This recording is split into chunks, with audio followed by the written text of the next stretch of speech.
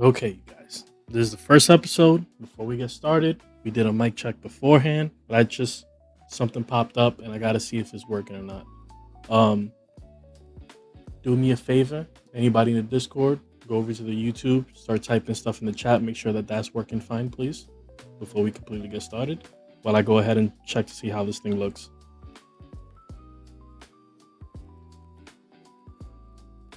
Go here.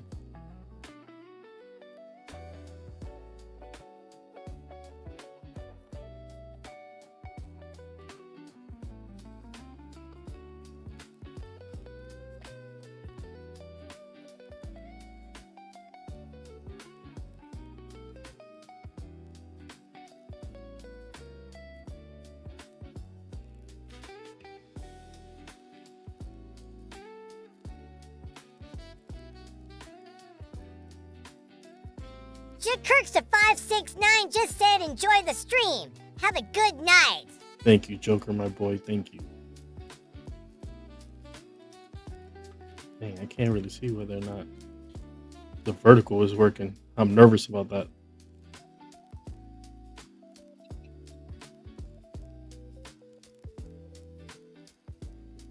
I'm just gonna I'm gonna wish upon a star and hope that is working. Okay. That literally like me setting up the stream right now. YouTube just fixed the vertical stream. So you can do horizontal and vertical, but oh Gary, that's not new news. What's new is now you can actually use your stream key instead of it being zoomed in. It should listen, they just changed the game. They changed the game a little bit right there. Not gonna hold you. Let me fix this over on the vertical just a little tiny bit. There we go. They changed it. They changed it. Okay. Man, a lot of y'all. Like I said in the Discord, I'm a little nervous. I am. I'm a little nervous. This isn't our typical video game content. This is completely something different. It's not only going to help me be able to clip, but also create videos on the certain topics we're going to talk about today. So, the way that I want to start these things is at least with a bit of a monologue to kind of get everybody eased in and started. So fingers crossed this thing works good. Someone said the vertical isn't live. Hold on, let me see. Now I'm worried. Did all this work for nothing?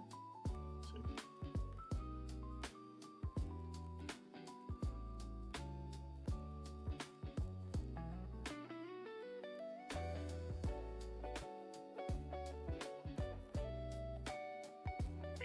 From what I see, everything's good. It probably just won't go to you guys unless you're already in the in like the shorts tab, but we're fine. Okay.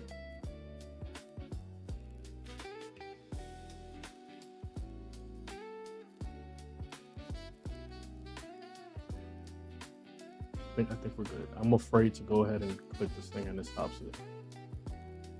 Victor 5157 just said howdy. Howdy, Vic. How you doing, my boy? How you doing? Everything seems fine. It might not just show up to you guys, but fine. Okay. Whew. All right. Let's get started. Tonight's theme is simple and painful. The chronically online dilemma. You know, the one, that brain condition where your personality gets replaced by the comment section energy. Every inconvenience feels like an algorithmic attack, and you form an unshakable opinions about things you'll never buy, play, or about creators you'll never meet. This is an open forum. The chat is live, Discord's open, talk back, disagree, overreact. I'm reading everything, not afraid to call you out mid-sentence, so lock in, hydrate, grab some snacks, mute the group chats, and let's go ahead for the first episode of the SNAIL Sesh. And because I have the most amazing mods in the world, Mr. A clicked this up for me, so one time for the one time. You're listening to the SNAIL Sesh with your host, Gary the Liens. That's fire. Isn't it fire? Isn't it fire? It's amazing. Okay. we're gonna get started. Now, the first thing I want to talk about is kind of the thing that almost every content creator has been talking about for the past week, which is about a creator called EDP445. Now, I ran this by somebody and I needed to like break down who this person was. Like I said, being chronically online, sometimes what pops up in your algorithm doesn't pop up for other people. So people don't know who this guy is.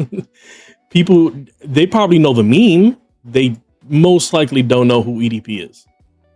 So in order for me to talk about this, I need to kind of break down a little bit of lore. If you were chronically online like I was, you came across the I forgot to hit record. I'm afraid if I hit record, it's gonna mess up. Let's see. Oh, I gotta move the thing real quick. Down here. There we go.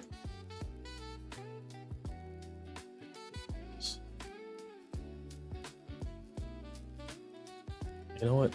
Let's not hit record on this. Let's hit record on this.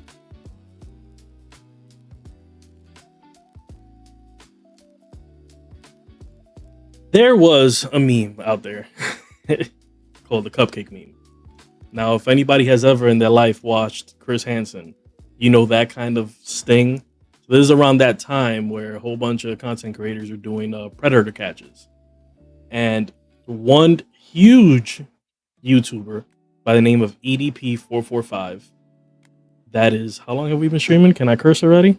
8 minutes? I think we're good. EDP stands for Eat That Pussy. 445 was the weight that he weighed himself the day that he made that screen name, and he blew up. He was this content creator that would just scream about Eagles games and all this stuff, and people were just like enamored with the way that he would just crash out whenever it came to like football games or whatever, right? EDP gets caught in one of these predator catching strings by another big YouTuber at the time, and EDP got caught messaging, sexting a 14-year-old girl. I believe it was 14. When he gets caught in the meeting place, the YouTuber in question asks him, "What was your plan to be here with this 14-year-old girl?" EDP goes ahead and says, "It was I just wanted a cupcake." That's where that meme came from. And two things happened from that. Thankfully, EDP's career as a YouTuber crashed. He lost his channel, he lost his monetization, he lost everything. Great. Every time I make a joke, especially when we're on Discord and I say I'm a YouTuber, but I'm not that kind of YouTuber, is because of that. It's because of people like EDP. Now, you know what's gonna pop now? Because if I do that, then I'm gonna hear it. I was gonna be like, let me listen to the lo-fi in my ears, but it's gonna mess everything up. The second thing that happened from that sting was because said YouTuber was so gun-ho on catching EDP, he dropped the ball legally. So because he didn't do things by the book and give the information to the rightful authorities, EDP got away with that case. So that means somebody like this guy was not able to, for all intents and purposes, go to jail for the things that he was planning to do with a minor. Now, that's his lore. Years have passed and EDP has tried on Kick. He's tried on all these websites to come back, and everybody, literally the second he starts a live stream, there's nothing but cupcake emojis. Thank God. Because sometimes these predators make a comeback and they're good. But thankfully for EDP, that was not the case. He's completely off the internet whatsoever. Now, Mike Lum, an amazing documentarian,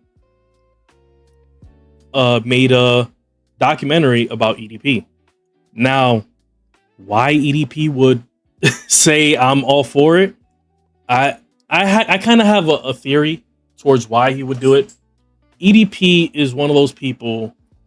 He's like a child actor. That's the weird thing about being a content creator that you kind of see more and more days. It's people that are chronically online. that make it in some way, shape, or form, and then they lose that little tiny 15 minutes of fame, that monetization.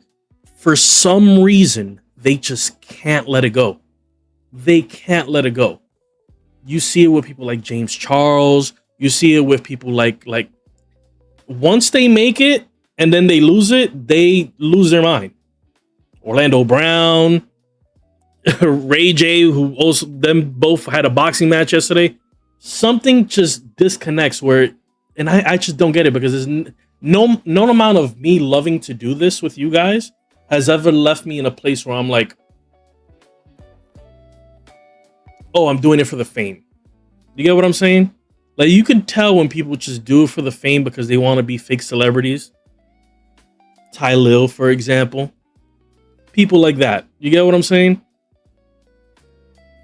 So, that's my theory as to why he would even agree to do this. Because, again, it's like putting his name out in the zeitgeist one last time.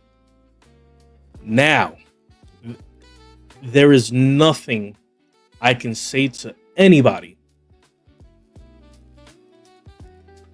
that would do this documentary justice. Go watch it. It's free. It's on YouTube. Mike Clum. That's Mike space CLUM. Mike Clum. This is like Netflix level documentary. Like, this was amazing. And the shit that EDP says within this documentary is fucking scary. Because for all intents and purposes, right? My EDP is the definition of an incel. Which, for anybody who does not know that an incel is, it stands for involuntary celibacy. In other words, dudes that can't get pussy. That have this weird ideology that literally boils down to hating women. You know that so-called nice guy who, that guy. Now, what's scary about this shit, right? Aside from the shit that EDP says, which half of it I feel like it's him trolling, but another, I truly believe he believes a lot of the shit he was saying. There's no going around it.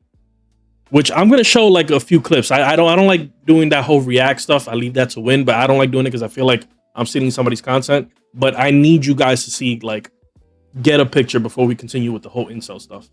Because it's, you see somebody like EDP and it you're like, okay, I get it. I get why somebody like him is an incel. I get why somebody like him, you know, looks at women in this degrading kind of way. I can see how somebody like him would be a pedophile. But the issue of being cannibalistic humanoid underground dweller, yeah. Basement dwelling, exactly, Vic. Vic put it perfectly. The thing about an incel is you look at somebody like EDP and it makes sense, right? You're like, yeah, who in their right mind will sleep with somebody like that? Even if you was paying for it, who would?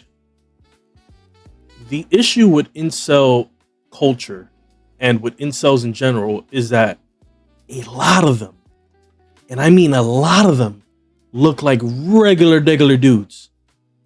Regular schmomos. And that's what's scary. There's a movie on Netflix, which I praised when it came out. Shit, what was it called? I'm just gonna literally search up Netflix incel movie.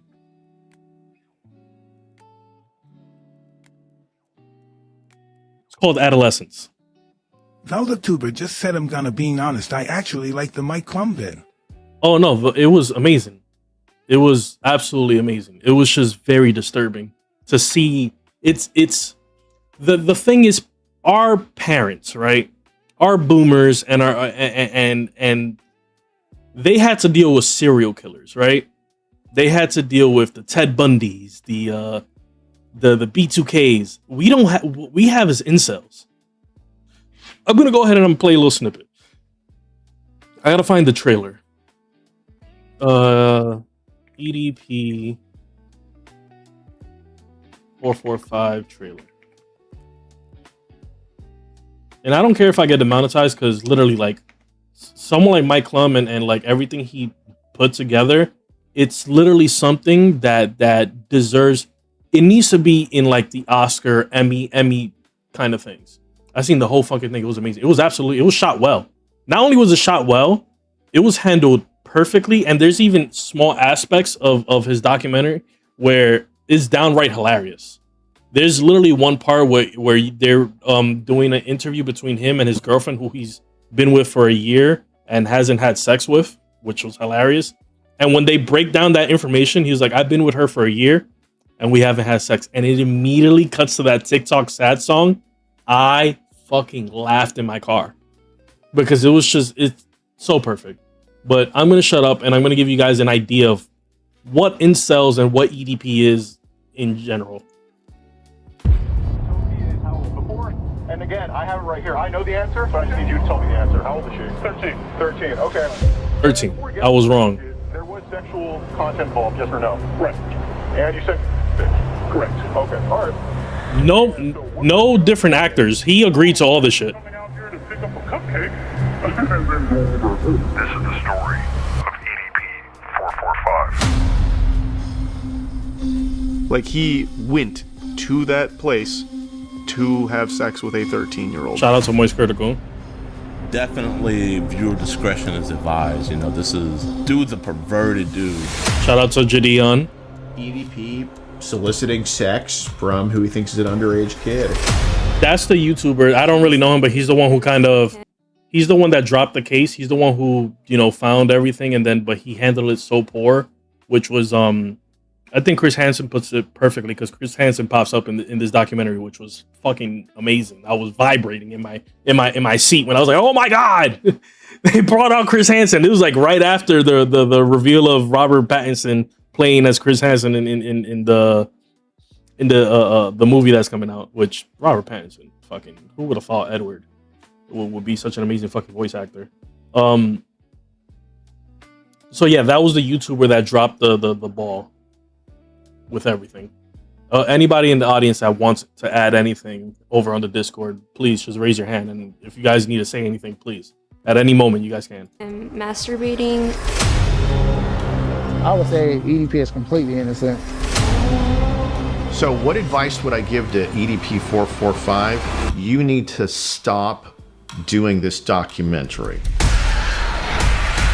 Fucking a bitch's innocence away, you know?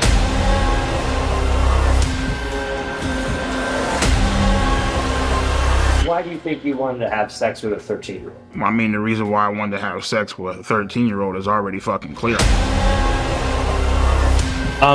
Please go watch this. And everything. They didn't find like another actor to like play what he was doing.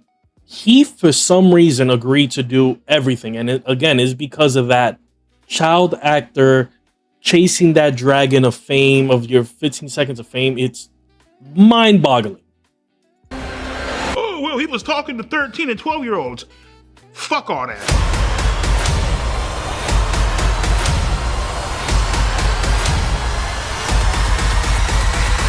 None of you fucking faggots can break my ass because I'm still standing, bitch. I'm telling you, man.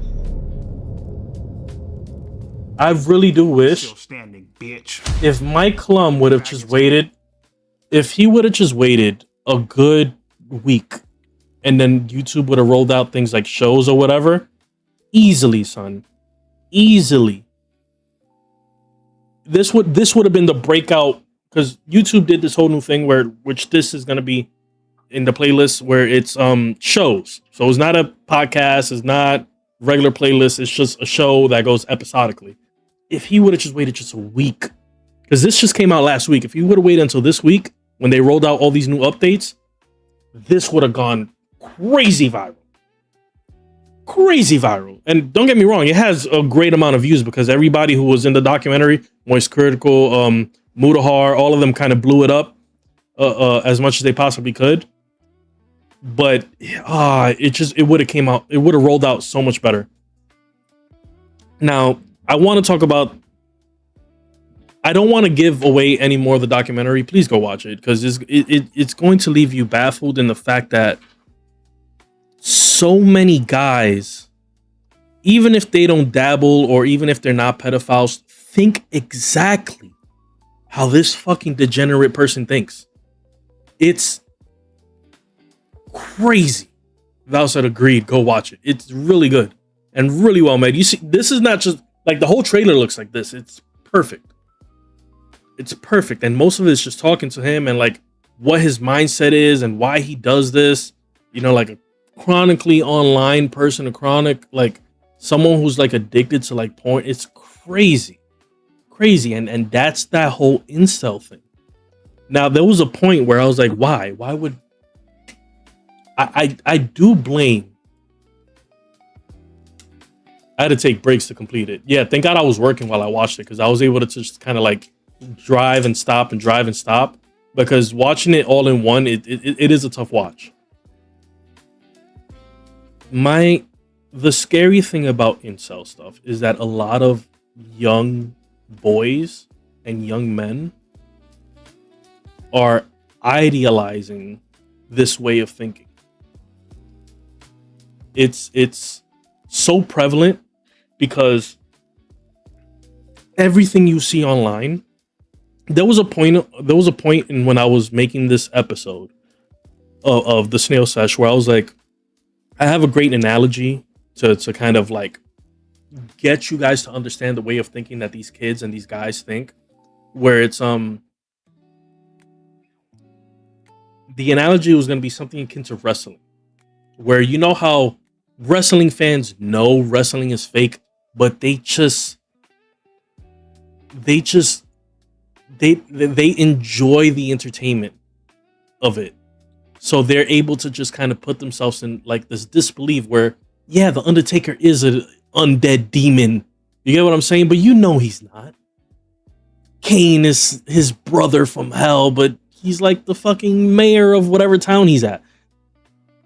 These kids watch all these streamers, all these content creators, and the lifestyle that they're living, and they truly they disconnect in a way where they truly believe that these guys are exactly who they perceive themselves to be. And that's not the case whatsoever. I told you guys when the height of my channel, right? The Hood early release that we did that blew me up, where I was getting sponsors right before my grandma and my dog died. I told you guys the scary story about this one guy who emailed me and was like, hey, you're blowing up. I kind of manage these OF models.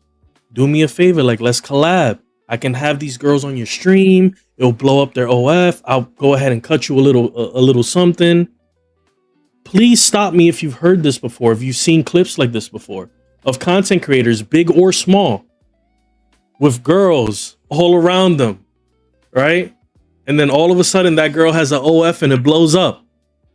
It's because they're getting a piece of the pie.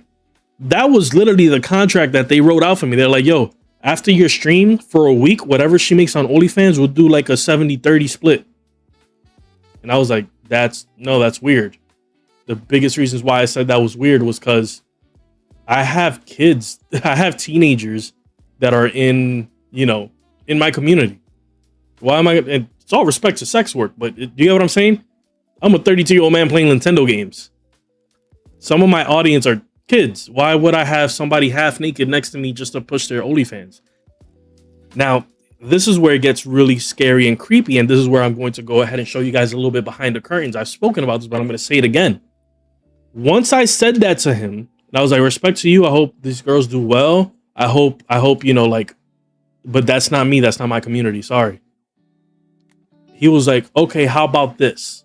At this point, we're on the phone. Like we called each other and I'm like, nah, man, thank you. I appreciate it. I'm actually working on something with Carnival right now. So I can't have you giving me money mess up with, brand deals that I'm trying to work with. And he goes, all right, how's about this, bro? It was like, forget about me giving you the money. For that week, for that week, whoever I sent to be on your stream, she could just go stay with you for a week. Free use. That's the term he used. Free use.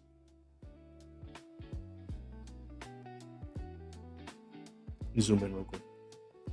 Camera, don't let me down. Camera, zoom in real quick. That's what's going on behind the scenes.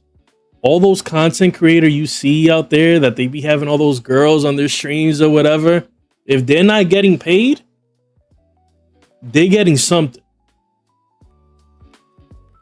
And here's the thing, and it's not to say anything bad about being a nerd or whatever, but it makes sense. If you don't have a personality outside of what you find as a hobby, which is gaming, which is nerd stuff, you can see how perverted people that really don't get no pussy like that will get offered pussy and they'll be like, yeah, I'll take it. There's not an emoji that could properly convey my reaction to that. Yeah. Here's even funnier. I say no. And the same girl that was being, and this, as horrible it is to say this out loud, the same girl that was being offered to me was in another streamer's stream. Not so far after that. One of y'all favorites. Kiki and Haha, and apparently they were together for a month and then they broke up. That's what's going on behind the scenes, you guys.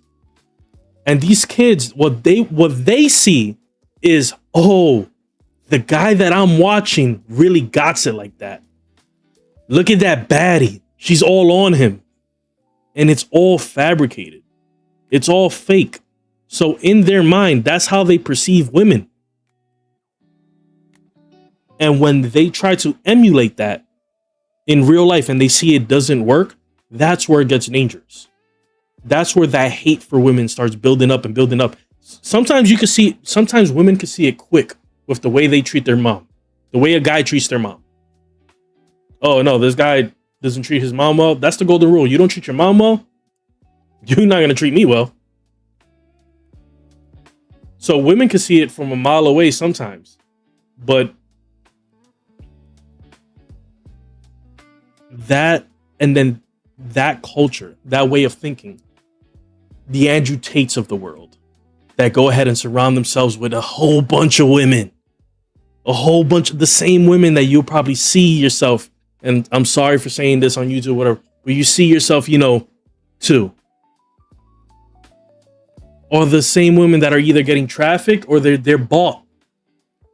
And again, it's not to talk down on sex work. That's not the point of this. The point of it is to let these kids know, like, what you're seeing is fake. It's not real. He does not have it like that. You know how I know this? Look at their IRL streams when they're out in a club. Do you see them talking with women? No. They're weirdos standing on the corner doing this, looking at the chat. Unless they already have something scripted happening where they have another, you know, woman coming up and flirting with them, but that's also scripted. I feel like I'm going crazy when I see these things and it gets clipped and everybody, these kids and these men truly believe what they're seeing is exactly what's happening.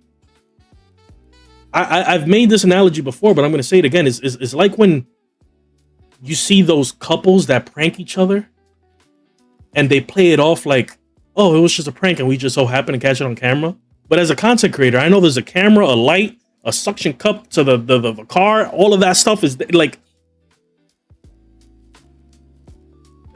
it's mind-boggling how people can't see when something is scripted or fabricated, and then that's just what that's what these kids see, and that's what these kids look up to. It's crazy to me. It's crazy to me. Oh, he got aura. He got aura. He does not. He does not. And I just want you guys to realistically, because they are just as much as predators to women as they are to the men that they are adhering to. Because these people genuinely, even if I was to play devil's advocate, for the incels out there.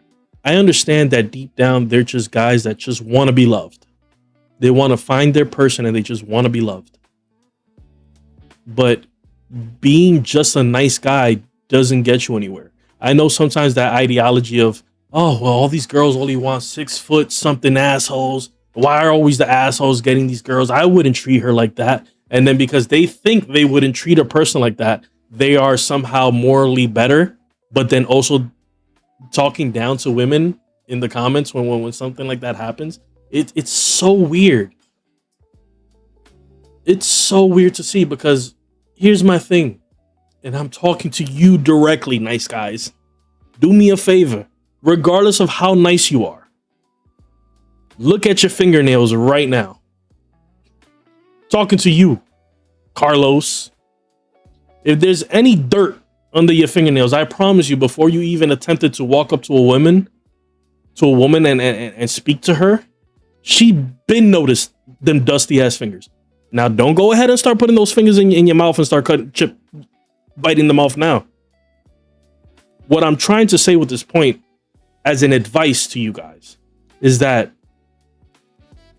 just having good hygiene puts you so far ahead of so many guys. It's crazy. Just good hygiene puts you in far so many guys. The fuckers need a shower. Most fuckers need a shower. Like I said, not every incel looks like this. They look like regular guys. But sometimes just good hygiene, right? Right? Your room. Let's talk. Clean up. Clean up. Just having a clean room puts you so far ahead of so many guys. Basic things. A comforter set. Interchangeable sheets. More than one pillow that isn't beige to death.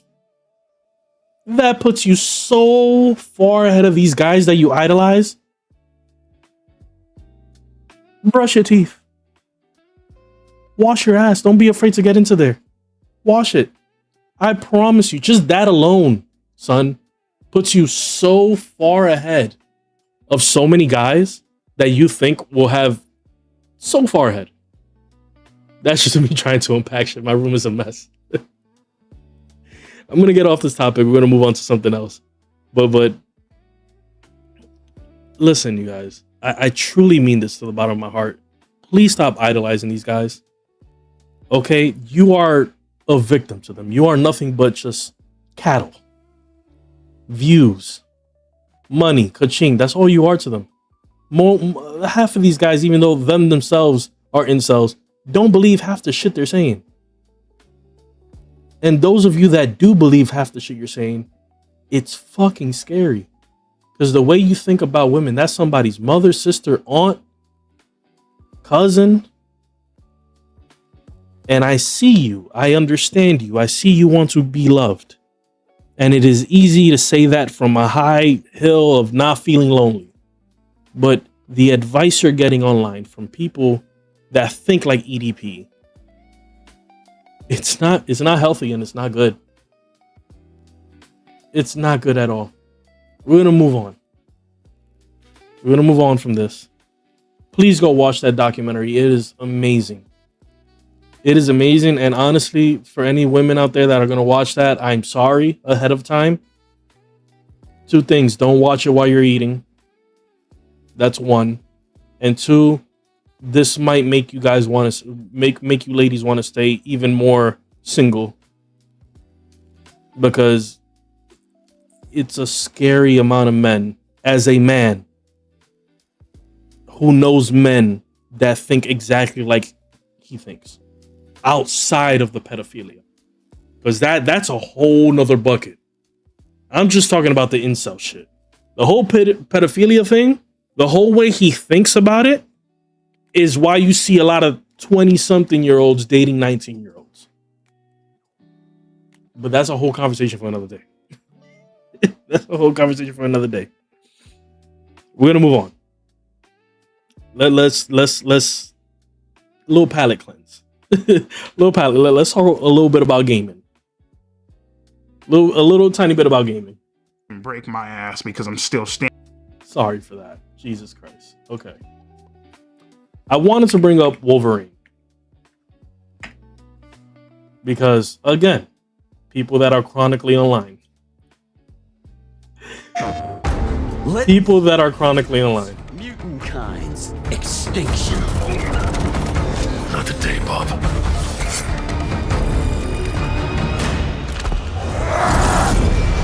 You have to stop this.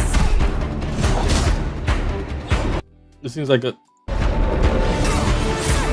want to show off the gameplay part because that's what I really want to talk about. Story trailer, no extended gameplay trailer. That's what. No, that's 2 months ago. Where's the one where he's fighting the Sentinel?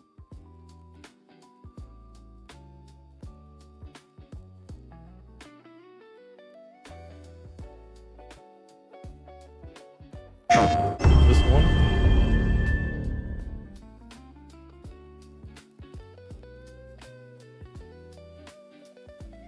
This is the one that they showed at the game stand. I've lived long enough. God damn, where's the one where he's fighting Sentinel? Let me see. Wolverine Sentinel fight. Because again, it's the same shit we're talking about. It's Wolverine Origins. This right here. Okay.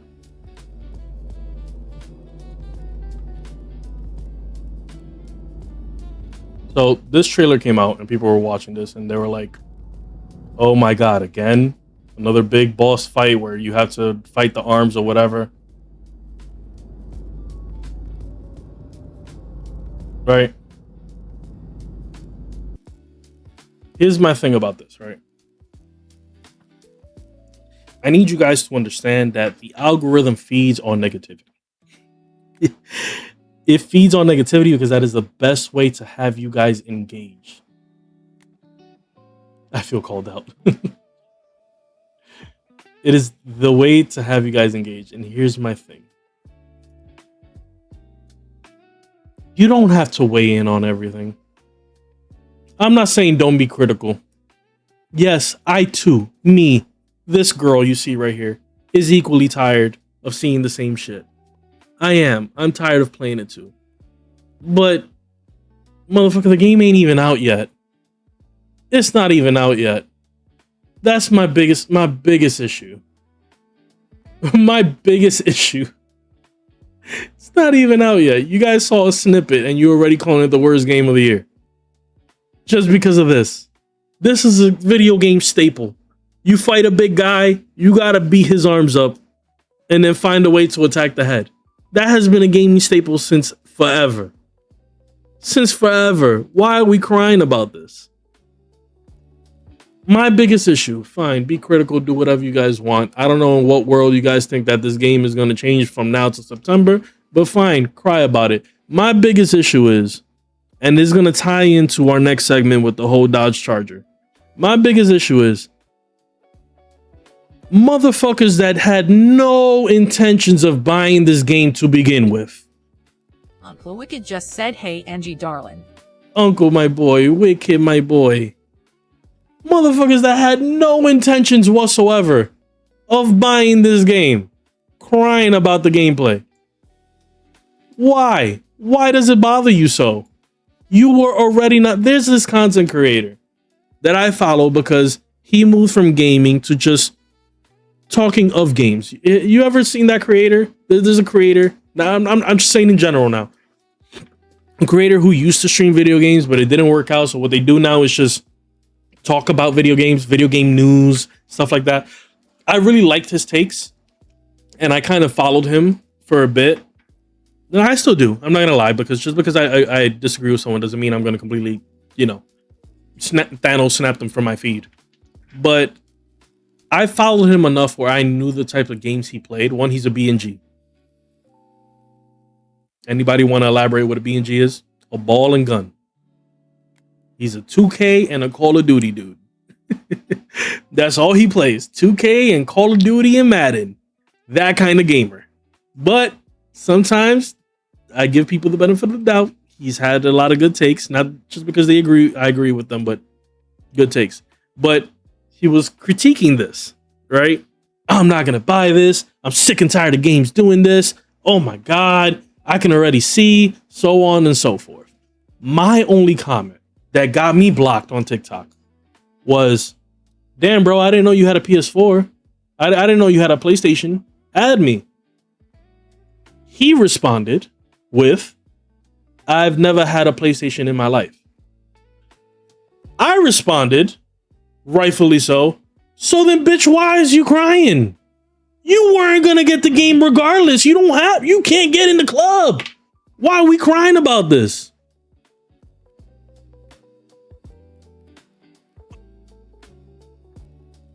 This is what online has become now. This is what it's become. If you were never planning to play the game in the first place, why seeing this gameplay that may or may not justify your views on why you're not getting it? Right? Oh, I knew this shit was gonna be trash. Look at me. Last Hood Alert release we did. Sword Art Online. I didn't like it. I know other people loved it. Hell, I'm pretty sure Victor loved it. It wasn't for me. It was not for me. It was too easy, too hand-holding. It's on my shelf. It'll get passed on to whichever member wants it at the end of the year. It's on my shelf. I have not touched the game since. But why? If you had no intentions of even buying the game, why waste that energy? And it seems to be the ongoing thing of people that are just, again, chronically online, day in and day out. It'll come across, and it feels almost like the algorithm knows the shit you don't like, and it will just feed it to you. Like, if you don't like ghetto people, it's gonna fill your feed up with ghetto people. So you could just be like, well. Right now in New York, as we speak, there's this uprising hate of Dominicans. As a Dominican, I know I don't look it. As a Dominican myself, I'm tired of Dominicans in New York. Today, they had to shut down a whole block in New York City just to make sure Dominicans didn't go in there and fuck shit up. But, you get what I'm saying? That is getting pushed to a lot of Puerto Ricans that don't like Dominicans regardless. Whether we doing something good or not. The comment section is just filled with, see? That's why nobody likes Dominicans. That's why Dominicans are the ghettoest out of the Hispanics. So on and so forth. It don't get fed to actual Dominicans like myself that are saying, yeah, the behavior in New York City with Dominicans is fucking stupid. As a Dominican myself, it don't get pushed to me. It get pushed to people like Loom, who can't stand Dominicans, and he's my friend. You know what I'm saying? It's so weird how discourse online is what drives things, right? If you an Xbox and PC guy, or that creator is just an Xbox guy, why start off your video by saying, I'm not gonna play this no more? This was what you were waiting for this game to come out to buy a PlayStation, and now all of a sudden you see this one boss fight and now you don't want it. And then the thing is, bro, come month 1 or 2 after this game, once GTA 6 dies out, remember this September, GTA is in November. Once GTA 6 dies out and motherfuckers are playing this, because I feel like it's not gonna have a good launch. Not because camera, back up. Too late. Too late, camera. Shit. Once GTA 6 dies down, and and ain't nobody got nothing to play, and they go back and play this game, they're gonna be praising it. Because again, whether you like the Spider-Man games or not, Insomniac has not let us down. Raise his hand. I got you, Mr. A. Let's see what Mr. A has to say.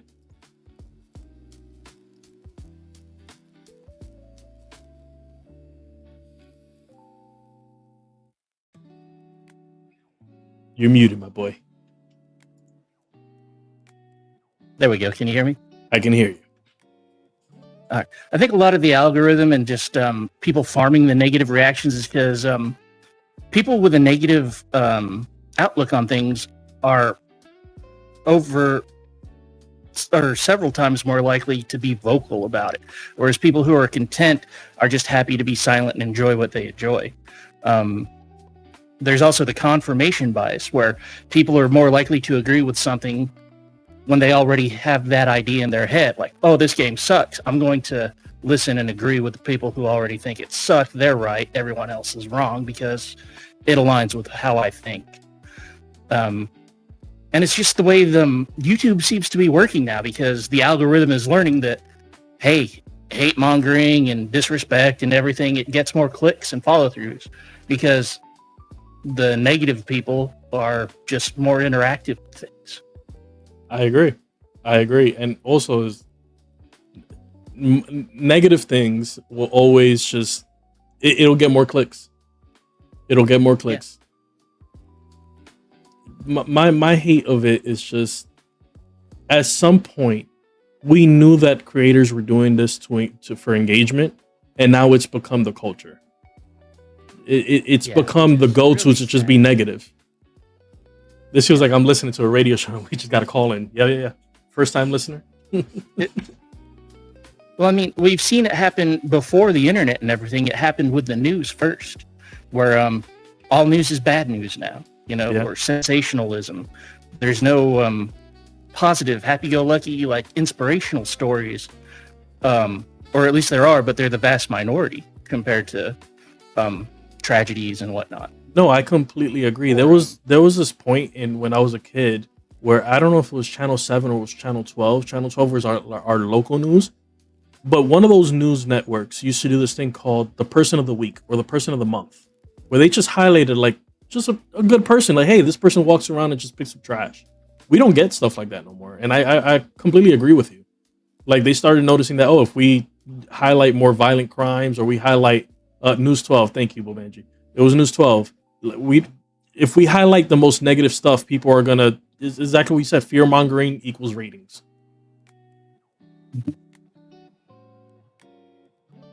It is. I'm guilty of it too. I'm a content person with many things, so I don't interact with a lot of stuff, and I see things that upset me, or the sensationalism, and I just change the channel because I don't have that anger or whatever to like that kind of sticks along with their ideas or their views. So instead of protesting or being vocal about it, I just ignore it and go about with my happy life.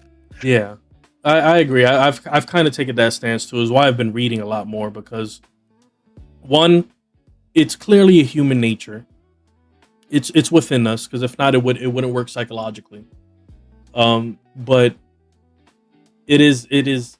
Sometimes I just have to take a break. There was a moment in between the whole Israel-Palestine stuff, and I don't like getting political because, trust me, my mom would love for me to get political on YouTube. She's been dying for this for ages. But there was just a moment where it was just nothing but death on my screen, and I just had to check out. I couldn't no more. Yeah. I mean, same with me. Like, I know things are going bad, but it's like me as a person and my actual influence in the world around me, I have no control or whatever of how to affect that. So why do I want to invest my time and energy into, engaging with it? Yeah. So I just check out. Yeah, and even saying that out loud, I still find myself going into the comment sections just seeing what is everybody mad about? What is everybody pissed off today? Like, I saw this trailer and I was like, oh shit, this is dope. And I go to the comments and it's just everybody. Like, I mean, everybody. Oh my God, another big guy fight where we have to break. What the fuck do you do? And then here's the funny shit about the gaming community, right? Then you have a game like E33 that would do something completely crazy and wild, win game of the year, and everybody's like, man, why? Or you'll see something like Baldur's Gate 3, like when video games actually try something new and different, and then they don't. That's what really got me pissed off about this, because this one particular content creator only plays Call of Duty and basketball games, which, don't get me wrong, there's nothing wrong with that, but also I don't look to you for like what's the hottest new game out there, because let's be honest, Call of Duty and basketball don't do it for me. It's outside his frame of reference. Exactly. It's we're living in some weird times, man. We're Crazy. living, and the thing is, there's a clear pathway for anybody that wants to be a content creator and just do that kind of content. Just talk about whatever will get anybody pissed off and get their panties in a bunch. Yep. I, for one, can't do it. I can't either. And it's a big movement with the vocal minority is being listened to because they're vocal. You know, Yeah. the content majority isn't loud enough and no one hears them. That's why you get all kinds of things like censorship in games or movies, content being taken out, is because these people who don't even play the games are telling the movers and shakers of the world, you know, the businessmen and whatnot, hey, we don't like this. And they're like, well, someone said they don't like it. I guess we'll listen to them. It's like, they're not even buying your game, man. Listen to your customers. And it's like, we can't. The customers are silent. That just means they're happy, not that they're, you know, just Mr. A, let it that be. is a perfect way to segue to the next thing I want to talk about. This one little segment might be out of everybody's purview, but I have to speak on this because it's what's been on my algorithm for a very long time. Mr. A, thank you so much. I'm gonna go ahead and put you back into the audience because I know for a fact this little segment is gonna be a little bit me. I'm not gonna lie, it's gonna be a little bit me. Okay, I gotta pull it up. As you guys know, when I came back from DR, right, I bought a new car. Got rid of my 6.4 V8 Dodge Charger, and I got the new 6-pack. All right? I got to talk about this because it's exactly what Mr. A just said. First, I have to show it. What's the new one? It's not the Rumble Bee.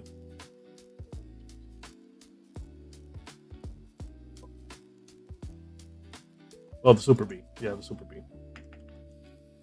Which, of course, after I buy a car, faster version would come out. But I'm not mad because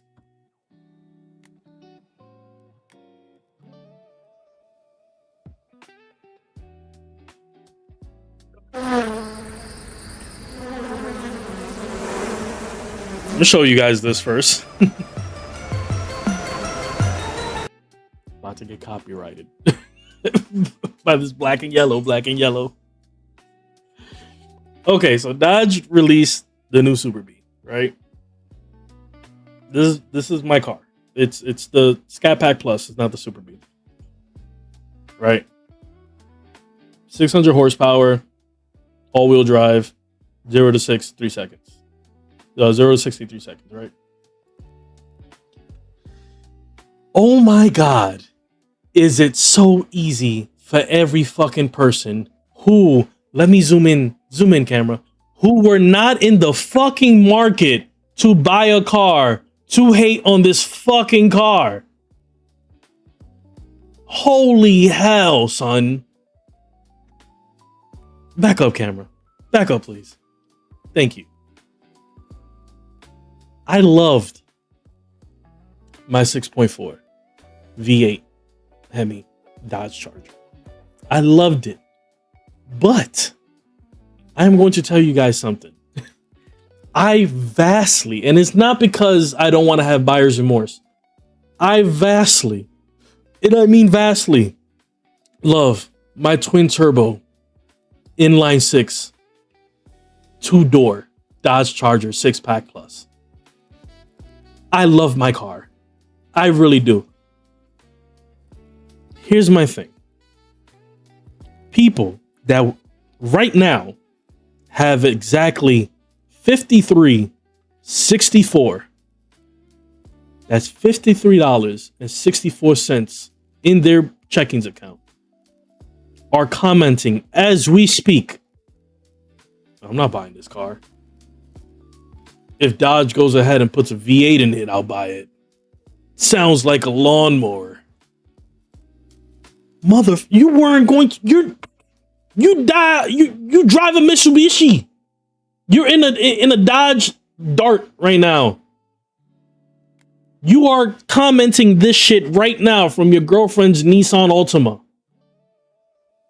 As we speak, there is somebody in the comments and they're on public transportation because they don't own a car. Talking about, I'm not going to buy this car. Dodge lost me as a customer forever. How can it be a muscle car? Motherfuckers who probably never owned a muscle car. They only at some point in their lives. At some point in their lives, their uncle's husband's son owned a muscle car. And because it's just that so far apart from them, they think they owned one too. Now listen. When I decided to buy a new car, there was 3 things. 1, had to be faster than my existing car.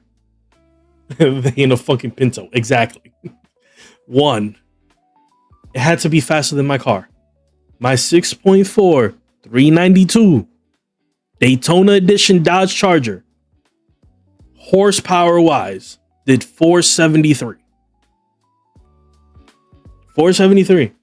So any car I was going to get into had to be faster than that. That was number 1. Number 2, it had to be quieter than my V8. Last year, we had a block party. I got to actually sit down and meet my neighbors. My neighbors are probably some of the most sweetest people. Leaving the Bronx and coming to move in the suburbs, your number 1 fear is, holy shit, am I going to end up with racist neighbors? Thank God I don't have to deal with that. I have some of the most sweetest people living around me. It honestly reminds me of growing up in the Bronx when I was a kid, where there was an actual sense of community. Jokingly, not even to kind of like, not, backhanded, nothing. Jokingly within that block party, one of the neighbors said, "Oh, you're the one with the loud car."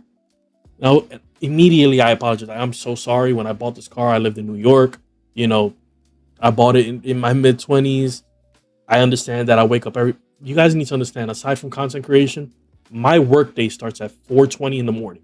So imagine 4:20 in the morning, me 4:50 in the morning. I felt bad.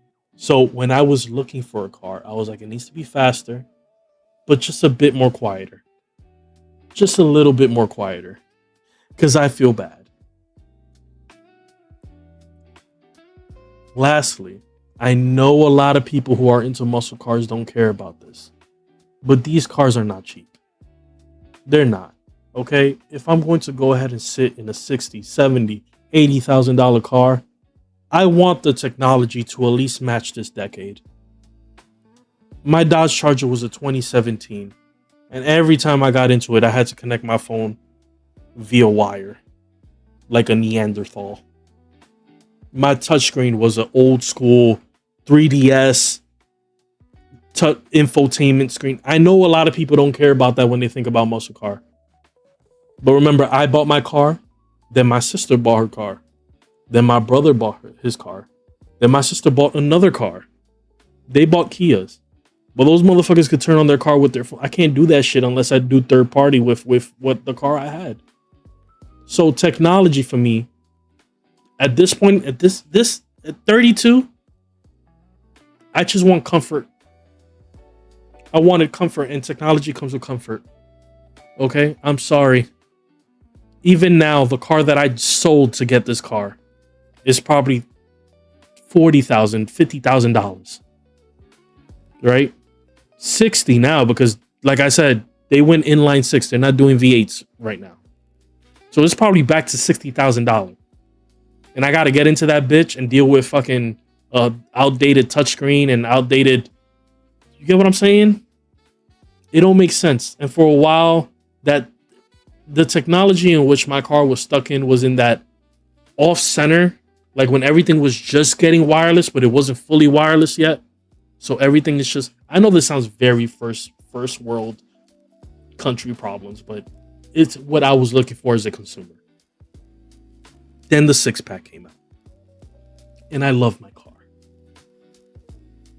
Here's the thing that people won't tell you. Because if you just read the comments, everybody's saying how they're not going to buy one, regardless of the fact that they were never going to buy a car to begin with. Second, and more importantly, when it comes to the car itself. When I do videos outside of this setting, outside of my content creating setting, I use a camera that records in either 8K highest, 2K lowest, right? There is nothing me or any content creator can do that can show you how beautiful this car is. It's just a car you need to see in person. You know how I know this? Because when I'm outside driving my car, I get compliments. And don't get me wrong, yes, I'm a big guy, but I'm far from scary unless you piss me off. I have pulled up next to Hellcats that go ahead and say, is that the electric? I'm like, no, this is the gas. They're like, word? And then we pull over and they're like, yo, can I see inside? And they come and they see inside. Pause. They see inside the car or whatever. They're like, damn, this is really nice. I thought this shit looked whack online. And I was like, nah, I'm like, I love this thing. And then I break it down to them. I was like, I gave up my $392 for this. They're like, you did? I was like, yeah, and I love it. I absolutely, yeah, I got to deal with a little bit of turbo lag. But aside from that, love it. Then I turn on the car. The light goes around, the ambient light. The attitude adjustment comes on. And they're like, oh shit. And I'm like, I know.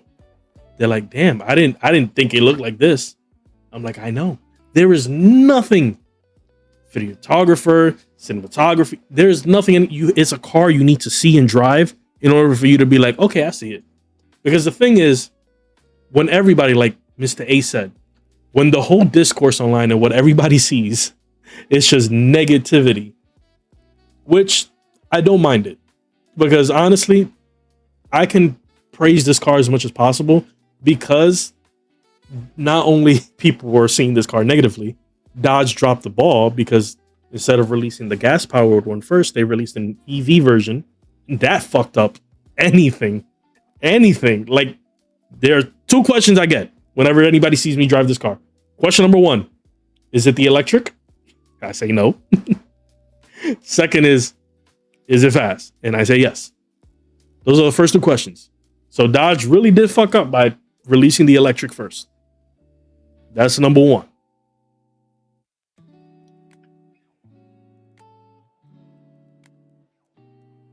You end up stopping a company from being innovative if all you guys want is the same shit over and over and over again. Like I said, if no one, the economy's horrible, okay? I bought this car because I needed to get out of my last one. But as I said earlier, some of these guys have never owned a Hemi. They've never owned a V8. They've never owned a muscle car. Anybody who's owned a Hemi knows that after 60,000 miles, some shit's going to happen to that motor. Doesn't matter whether you drive it conservatively. Doesn't matter whether you keep a garage. One of three things is going to happen. One, you're going to get a Hemi tick. If not the Hemi tick, two, your head gasket is going to be burning oil. That's not happening. What happened to me will happen to you. You're going to burn through a piston. And I don't even race in that car.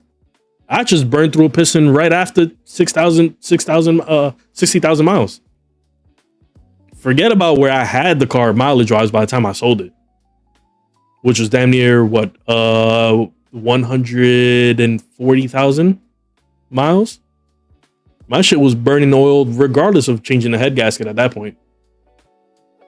As much as everybody wants the Hemi back, I'm going to be the first person to say the Hemi is such an unreliable, it's an amazing engine until 20,000 miles. After that, it's going to give you problems. 60,000, forget about it. You're guaranteed a problem after 60,000. So the company was trying to be a bit more innovative. And instead of saying, you know what? Y'all completely shitted on it to the point where, to this day, I have seen 3 other people have the same car in New Jersey and New York. And we roll up to each other and we're like, you love it? And I'd be like, I love it. You love it? Like, yeah, I love it. The same thing that happened to the Dodge Hornet is going to happen to this car. And it's going to get discontinued. Like I said, I believe the record, on record, only for the year of 2026, only 5,000 of these cars sold. Of the car that I have. which I'm okay with because it just gives me a feeling of originality. Which, if anybody who does have a car that is complaining about the new Dodge Charger, or let's say people driving Honda Civics, you already here's the thing about, I'm sorry, I know, like I said, this is very me coded. I know this is a gaming channel, but I gotta get this off my chest. Car culture, your typical car guy, I put him into two different categories. Actual car enthusiasts are gearheads, people that know cars just by the sound of it, just you get hands on, they love cars. Then there's your typical car guy, your car guy who buys a fast car, and the first mod he does because he thinks making a car faster just means you need to make it louder. Those are your guys in the comments that are complaining that my car sounds like a lawnmower. Which, another thing is, any content creator who has done any reviews on this car has always driven the car in auto. There's a different car note from auto to when I put it in sport. Different. Hardly ever put it in sport because that's another thing about this car. The eco mode on this shit is broken. Not broken as in it doesn't work. Broken as in it don't make sense to me how I could drive from New Jersey to the Bronx to Harlem back to New Jersey and literally only waste like 2 ticks of gas, like 2 miles worth of gas. It don't make sense to me. And it's not like I'm losing power. It just means I got to step on the pedal just a little bit more to get the speed that I want. Mind baffling. But yes, car guys. Car guys. These new car guys, all they do is make cars louder and then get raps on their cars. And now apparently they're car guys. If they can make their car go pop, pop, pop, pop with the muffler, they happy. Here's my issue. We'll take a Honda Civic, right? Or we'll take a regular BMW, right? And the first thing they do is want to make it sound like an M4 or an M5. Motherfucker. That's the same engine in this car. It's an inline 6. The same sound you are faking comes stock in this, but yet because it doesn't have the I digress. That was a me statement. That was a me. I need. These are the shit that just permeates in my head. Like I said, is Dodge dropping the ball? Yes. Would I've gotten this car had I known, just waited like a month? Probably. But am I wowed by it? No. Because again, the inline 6 twin turbo, this car right here, the new one that got announced, the 600. My car, tuned, you can get it close to 1,000. This, forget about it, will probably do even more. But tuned, you could do more numbers than the new shit they're selling.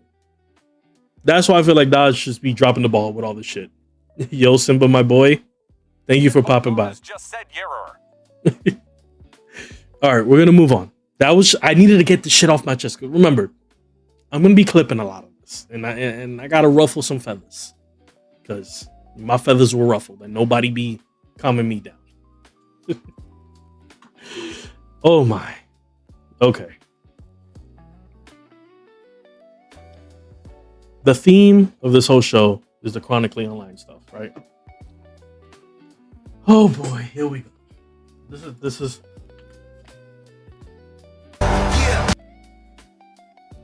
is a topic that really fucks me up a lot. What's his girl's name? Jules LeBron. Here we go. Okay. Jules LeBron, the Shout out to this creator. I just need. Where's this lady's face at?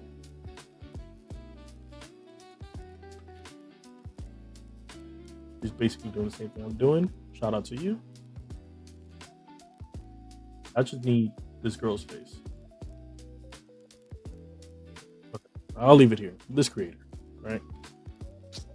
So this is what came across my thing. Again, remember, the whole theme of this episode is Chronically Online Dilemma.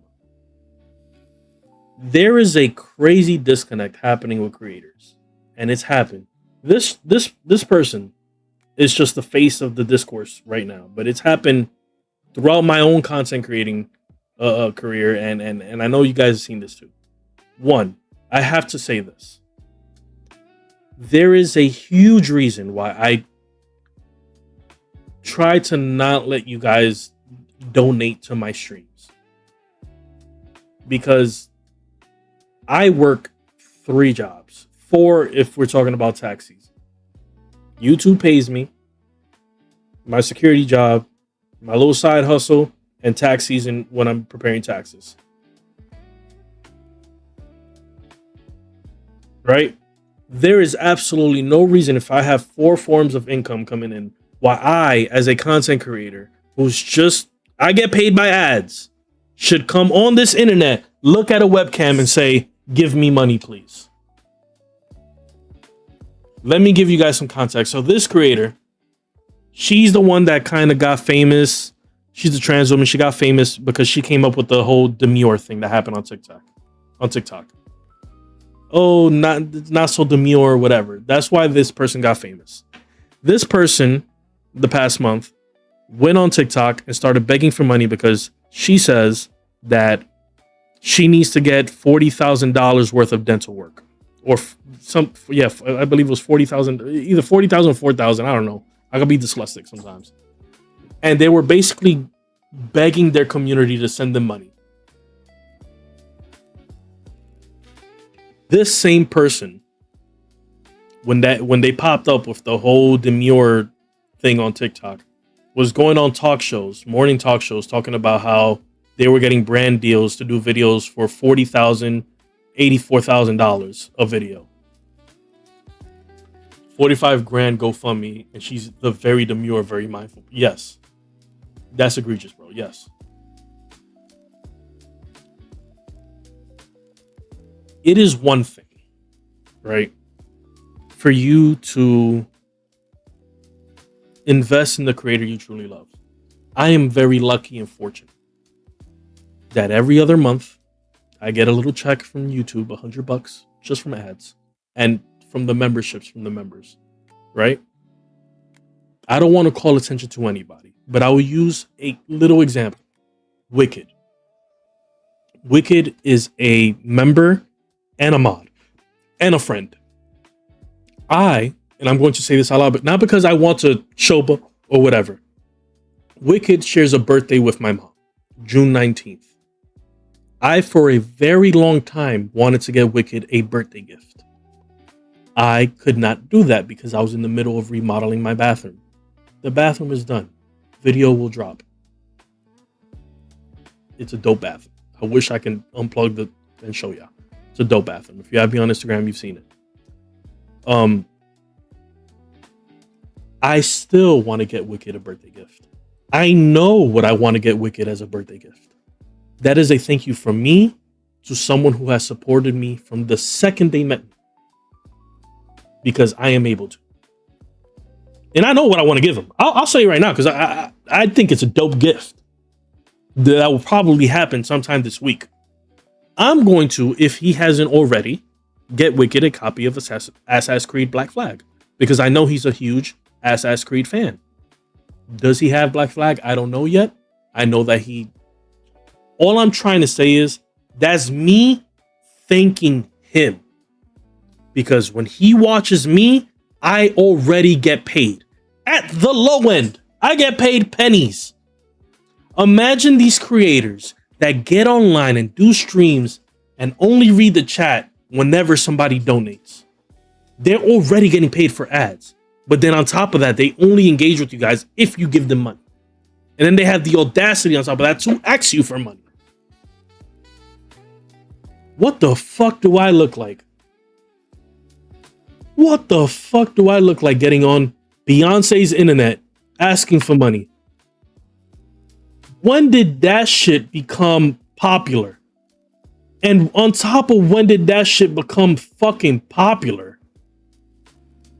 When was also e-begging and then flaunting a certain lifestyle that you only have because you begged for money make any type of sense? What the fuck is going on with the world? I'm sorry. Yes. Even if you didn't get donations, maybe you could still go ahead and flaunt that new car and that new house or whatever. But let's be honest. A big majority of these big content creators only fucking flaunt what they have because you, the audience, give them money. If me at the low end getting pennies for ads feels uncomfortable, motherfuckers already living in mansions and Airbnbs and cars and all this shit should be feeling fucking disgusting for even allowing donations on their streams. Angie wants to say something.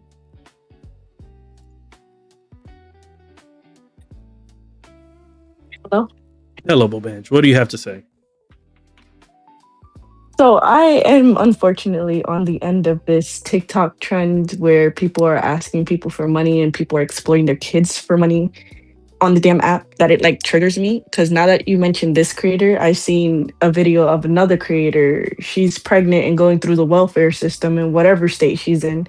And she literally asked her followers for $50 to get from the hospital to the motel that she's staying in while she was on the way to the hospital.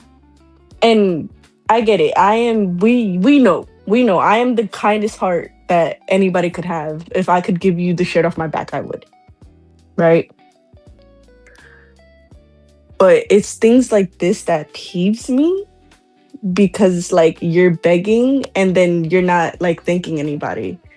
I saw a video where this parent was asking for stuff for her baby and people were donating and she was throwing out the stuff.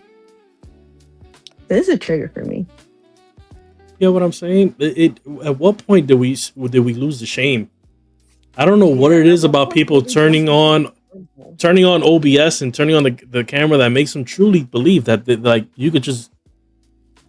It's that whole culture, that whole streamer culture, that whole flaunting and shit, that constant bling bling. It feeds into the same thing that gamblers have when they're at the penny slots. Whereas like, and that's why when I sat down and I wanted to, and I had to make Hooderly release a stream. I didn't want to be a streamer. I did not. I had to because that's the only way Hooderly release would work. And I sat down and I watched Simba's streams. Pen and paper. I like this. I like this. I'll probably change that. I like this. Never in my mind did it ever come like, oh, what I'm going to do is I'm only going to read the chat if somebody donates to me. Don't get me wrong. It happens sometimes. Yesterday's stream, I didn't even start the stream and someone already threw $8 at us. It makes me feel weird. I don't understand how. And then these people have the audacity on top of that. They have the audacity to look down on a homeless person asking for money. But the only difference between that homeless person and that streamer is that one has a warm bed to come home to and the other one has to sleep outside. That's how I see it. Because essentially all they're really doing is just begging. And you play on people's heartstrings, people's parasocial kind of emotions that they get when they see you every single day, when they see you stream every single day. And it's just like, and then why do these creators only show gratitude when something's given to them? Something happens where they kind of check out. I say this constantly, but I had to repeat it. I remember a time where it was just my grandma and it was just Choco Odysseus watching me. That's why whether we have 700 people in here or it's just us 5, us 6, us 3, y'all get the same person. Because today I could do 6 here, but then I could do 200 something thousand on Instagram.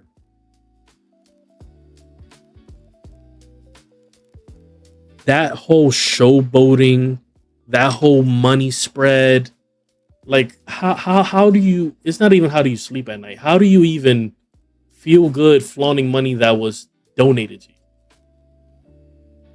Because here's the biggest thing, and the biggest reason I brought up Wicked is not even to show that I want to give him a game. It's not even to shit on him or anything.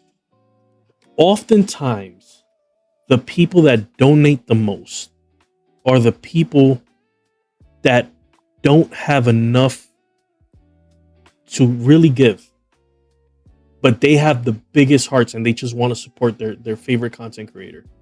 You hardly ever see a rich person jump in and be like, here's $1,000.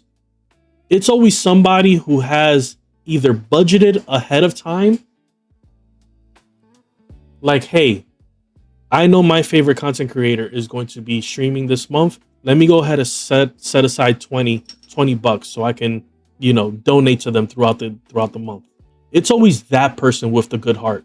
It's never a big company coming around or somebody who's can go ahead and drop $200, $300 and just be like, here you go.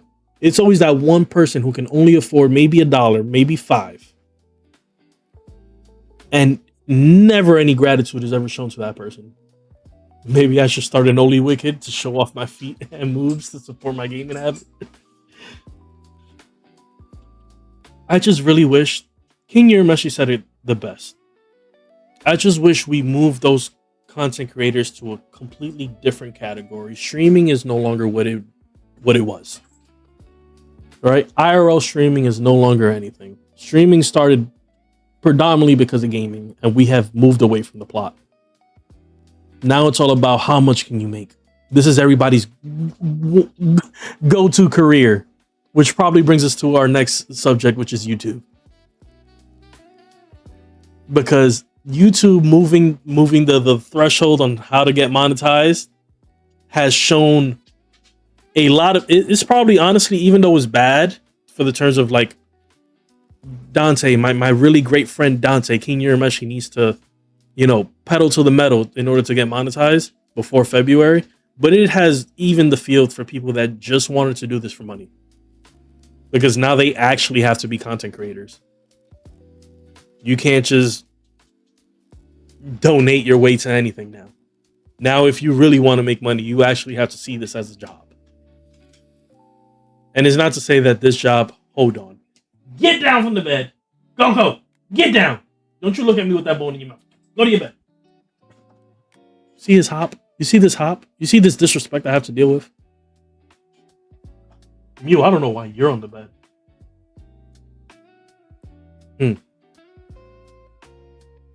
YouTube has changed a lot of stuff.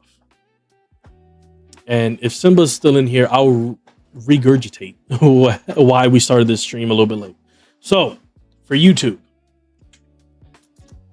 what would be the best way for me to show you this?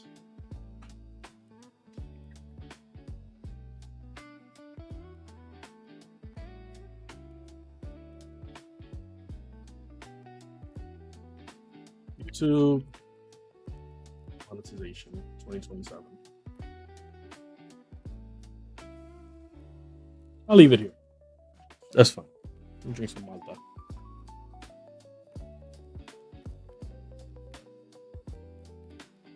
Okay. So YouTube has changed their monetization things. It used to be 4,000 watch time hours.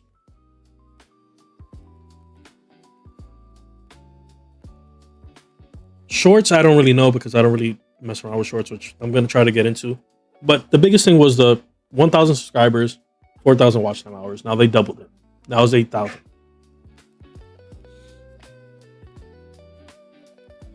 It's a good and a bad thing. I can understand from a business standpoint why YouTube is doing this, and nobody has really spoken about this, but I will. During tax season, YouTube, if you are monetized, you are basically an employee of Google, which owns YouTube. So you are able to put business expenses on that tax form. So, for example, let's say throughout the year as a gaming content creator, I streamed, let's say 30 games, right? If I recuperated what I wasted for these games, let's say $60, that's great. If I didn't, I could put it as a business expense and get that money back at the end of the tax. I feel like YouTube, especially with the AI slop, is trying to put a stop to this. Because there are some people, even though I really love this creator, let's say somebody, and I'm not saying he does this, but let's say somebody like Corey Kenshin, right? Corey Kenshin comes, does maybe 1 or 2 videos, hits 1 million something views, dips out for the rest of the year. I think YouTube is trying to put a stop to that. Because now, and a lot of people are showing their colors. A lot of people that are well over the 1,000 subscribers probably have me beat by thousands that are not monetized because they don't have the watch time hours, right? Because everybody's talking about, you got to get 8,000, you got to do this, whatever. Nobody's talking about the fact that everybody part of the YouTube, the YPP, YouTube paid partnership, we all had to re-sign contracts. Everybody for a year has to at least make 1,000 watch time hours or you lose monetization. So remember how just like a month or 2 ago, I made that video saying, hey, I'm going to take a break of streaming. That shit's out the window. I got to come back and stream my ass off or I lose my monetization. But there's a lot of creators that like to flaunt like they're monetized, regardless of how many subscribers they have, that didn't get that email because they're not monetized. So I got to go back on my word and kind of find a way to simultaneously run a business and do streams and make these videos that I've already scripted. You know what I'm saying? Because I got to hit those 1,000. I got to hit that 1,000 before tax season. Or YouTube, I think it's 90 days. You got a 90 days of not doing anything before you get put on that list of like, you need to do 1,000. Now, my issue is, especially with like this new series that we're doing, one of the biggest reasons I kind of had this revelation, I feel like I dropped new ideas quick because of the way I popped off.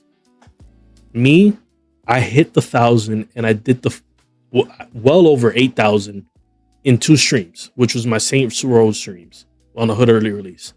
Because my career started off of popping off like that, anything that needs more time and love that doesn't have that immediate boom, I find it as a failure. And I need to start changing that way of thinking because the normal way is consistency, which God knows I lack. God knows this girl right here lacks consistency. There's been months where y'all see me maybe once or twice. And because I will do a Hood early release and it pops off, I think I'm good. I need to work on that. Now, YouTube did a lot of changes. And this was the one thing that I wanted Simba to hear. Today, when I booted up this stream, which for subscribers, it will be a stream. For anybody else past this, it'll be is going to be a pre-recorded video. I'm going to see if I could pull it up again.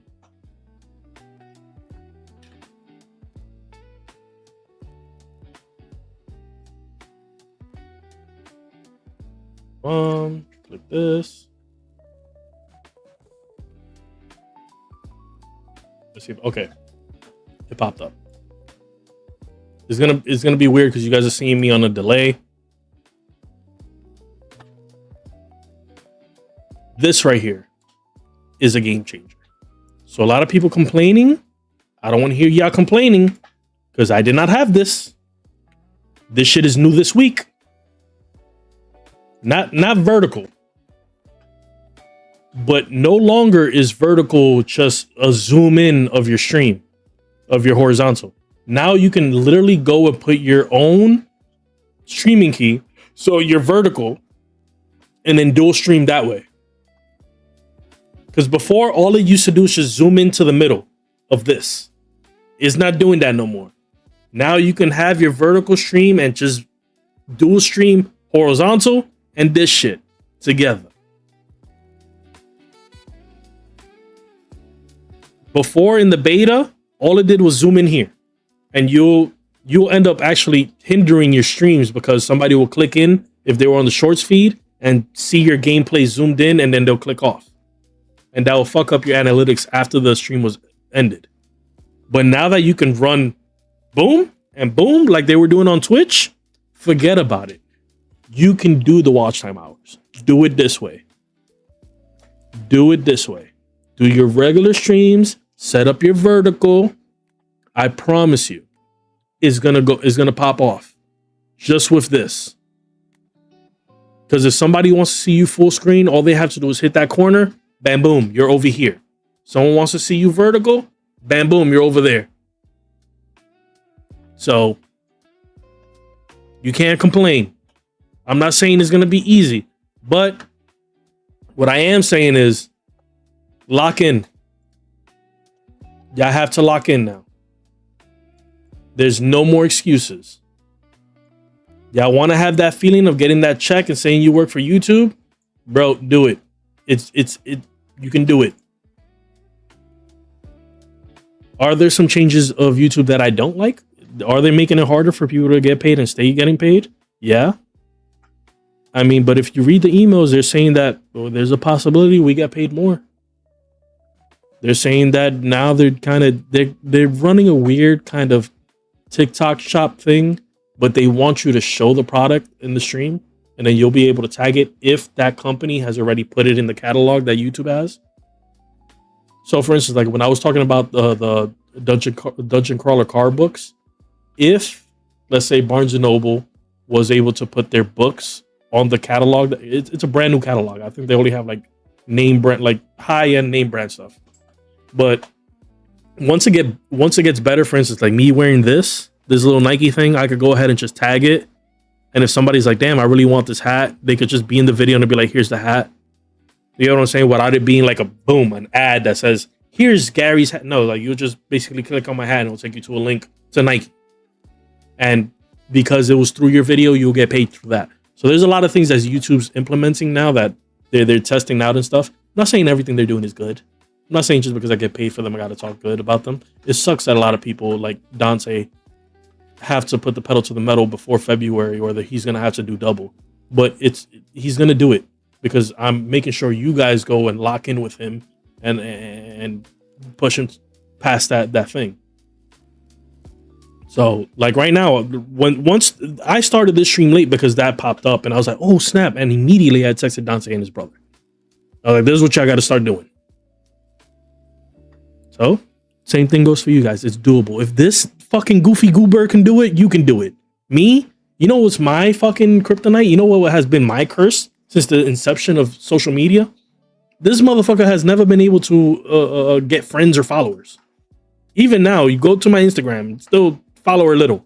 Go to my TikTok, follow her little. MySpace was the same shit, follow her little. I got family that don't follow me on Instagram. That's my curse. The fact that I made this shit work, y'all can make it work. I promise you, y'all can make it work. You probably can't do it in one like I did, but consistency. Like I said, I'm seeing now more on my timeline streams and videos that have like 68 views, 100 something views. So YouTube is going to try to push you out, but please, thumbnail, title, and description. Please be on point. My number one for anybody who's in gaming content and you're streaming, let's say you don't do a pre-recorded video.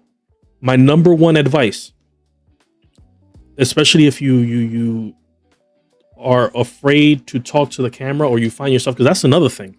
There was another creator who made an amazing video where they're like, damn, YouTube made it hard. Now how am I supposed to go ahead and get monetized? But literally their whole stream is just, oh shit. Nah, this is fire. Yeah, what's up, Joker? How you doing? Nah, man. Just playing this game. And it's just 4 hours of that. Would you watch you? That's my number one advice. Would you watch you? That's why I was fucking furious whenever this mic shit didn't work. Because audio is extremely important. I learned that from Joker. Talking with people is extremely important. I learned that from Simba. Content that's engaging, I learned that from Win. and showing something that's very fucking entertaining. I learned that from King Urameshi. But the one thing I want to teach you guys, the number one thing, if you are uncomfortable with talking on camera, this is what you need to do. It's what I did. And I have the proof. If I go to my channel, I will show you. Grab your favorite game of all time, a game that you've played over and over and over and over again, that you can play with your eyes closed. Play that game. Forget about the fact that it's not the hottest new game. Play that game and just start telling stories about your life. Because the gameplay is going to come out easy. You know what to do already. This is your favorite game in the whole world.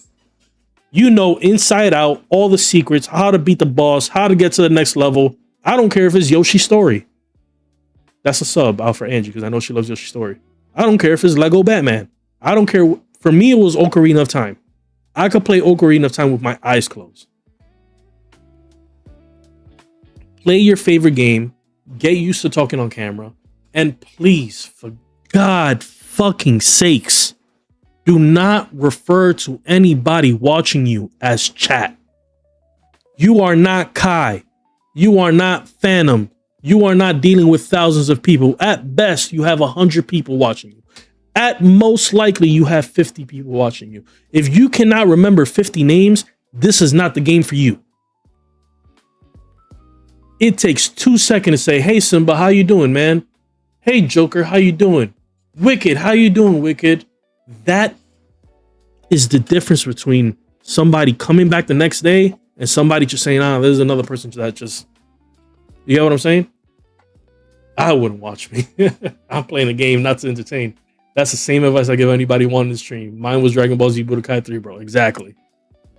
Play your favorite game, a game that you don't need. It's like you're on autopilot and just focus on talking. You need to be talking. If you still think you're having a problem, this is my second advice. Don't stream. Record. Record how you normally would. Let's say you don't have a favorite game. Let's say you're just trying to get into this. Record. And only give yourself one rule. You can only add the gameplay in which you are talking. I promise you, when you have been recording for an hour plus and you only have 3 minutes worth of content because the other fucking hour and 57 minutes you haven't said a fucking word, it will, in your mind, you'll be like, I gotta keep talking. I gotta talk. I gotta be entertaining. Anybody could get on this bitch and just fucking play video games, but you need to talk. You need to be entertaining. Do that. If you don't have a game, play whatever you're gonna play, record it, and only use the content in which you're talking. I promise you, when you have to cut an hour and 20 minutes worth of cool shit that happened on screen, but your ass is just, you're gonna get so tight that the next time you record, it ain't gonna happen again. You know how many times that shit happened to me when I was doing Elden Ring? Where I'm just like locked in. Because remember, Elden Ring was a hood early release, then Elden Ring became a recorded series. You know how many episodes I had to delete because I was just not talking? So many cool shit. There was only one where I had to I have to show this shit regardless, which is when I finally beat Melania. I gotta show this because only 3% of players have beat that boss, and I beat her. So I gotta show this shit. Now when I'm on stream and I need to be quiet, I tell you guys, yo, I'm gonna lock in. I'm just gonna lock in. Please give me a second. I'll leave you guys with the comedy stylings of one of my mods. But I gotta lock in. Okay. We're going to close it out with one last segment, then a little advice corner. I want to talk about this. GTA 6. Netflix. Oh, this shit pissed me off so much. Oh, this shit pissed me off so much.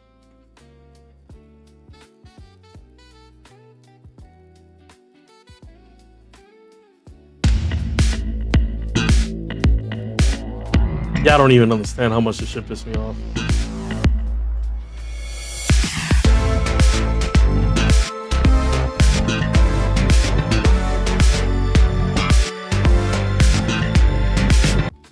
This right here. You remember how earlier I was talking about how now I gotta come back to streaming, and I also have like a couple of videos already pre-scripted. One of the videos that I pre-scripted is about Netflix. I mean, I did research. I figured out how they were able to knock out Blockbuster. I know why they keep upping their prices. I did an extensive amount of research. But before I get into my fucking issue with Netflix, I fucking told you guys. I told you guys, whatever they fucking do, the rest of the fucking video game community is going to follow suit.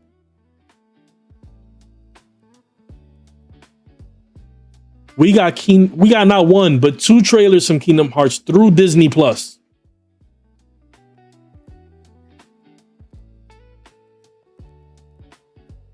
I told you, whatever they price their games, that's going to be the industry standard. The only reason Sony feels confident about just doing digital only, the only reason they feel confident about doing digital only is because the biggest game in gaming release history is releasing digital only. If Rockstar would have said, "Nah, we're going to do physical," Sony would have to backtrack. But no. If they're going to do it, everybody's going to do it. I'll explain it now, Wicked.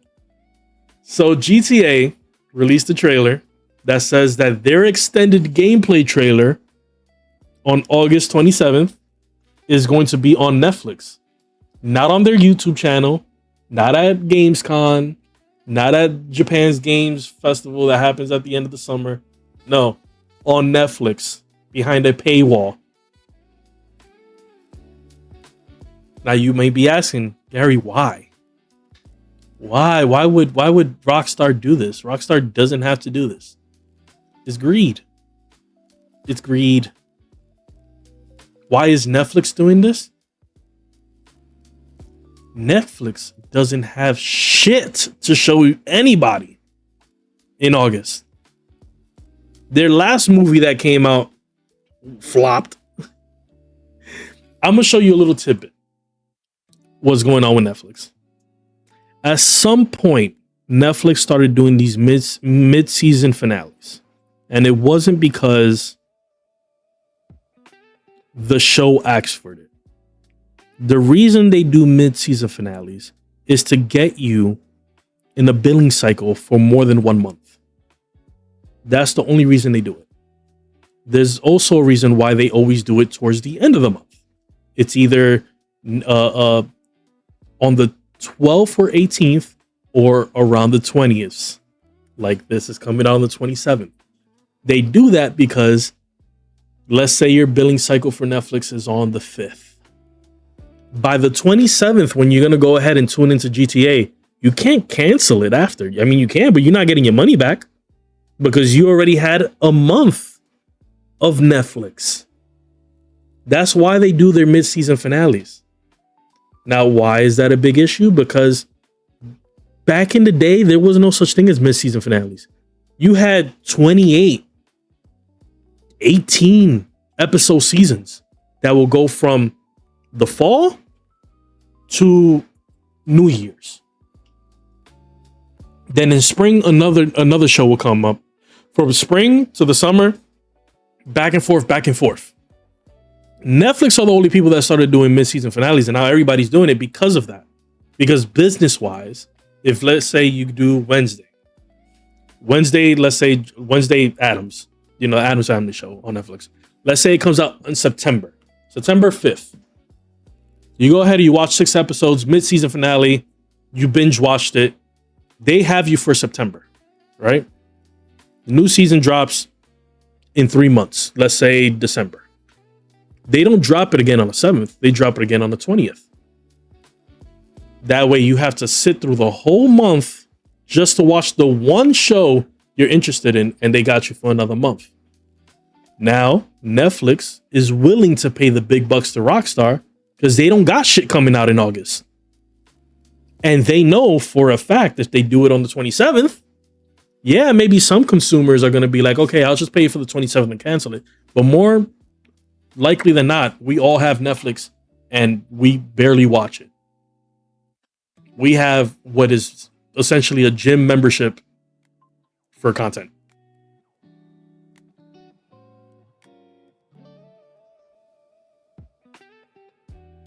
Here's my biggest issue with Rockstar.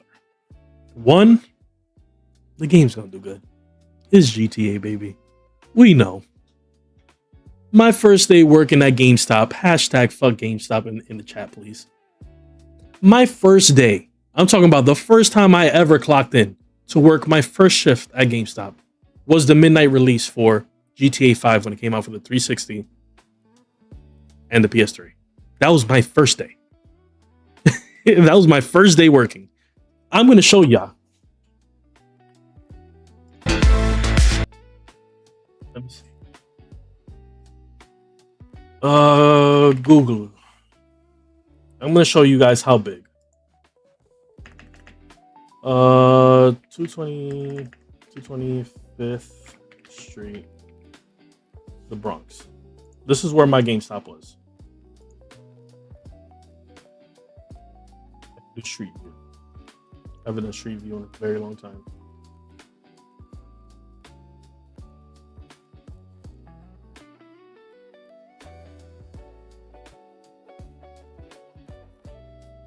Okay. Where am I?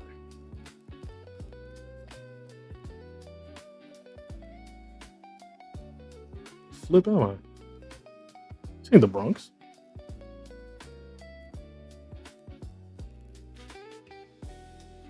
Rainbow. Yeah, I haven't been to the Bronx in a long time. If I don't recognize none of this shit. The fuck am I?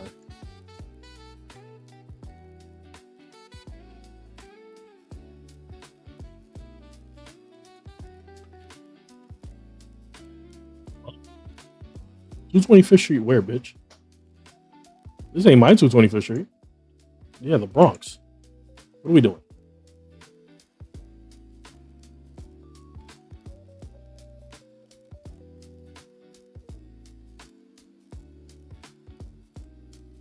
Oh, it didn't even.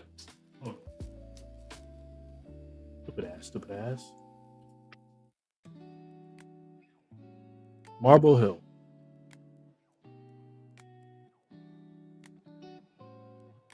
There we go. Like, this shit don't look like nothing like home. All right, here we go. 225th Street, right? There we go. This looks like home. All right. I gotta make it bigger here so y'all can see it. Just want to show you guys what your baby boy was dealing with on his first day working at GameStop.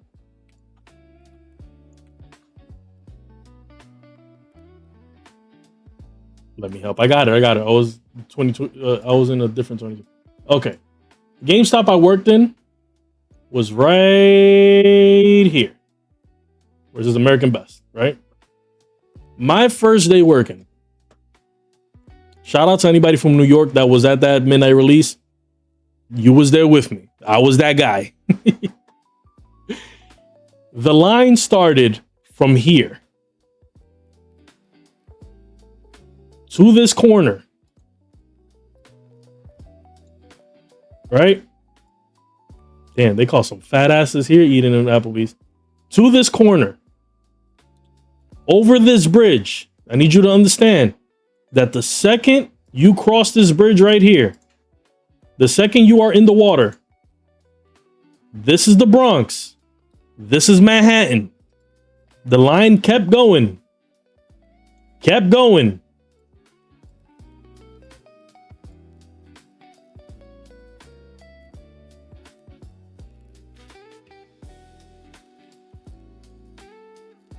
And it kept going, and it kept going, and it kept going.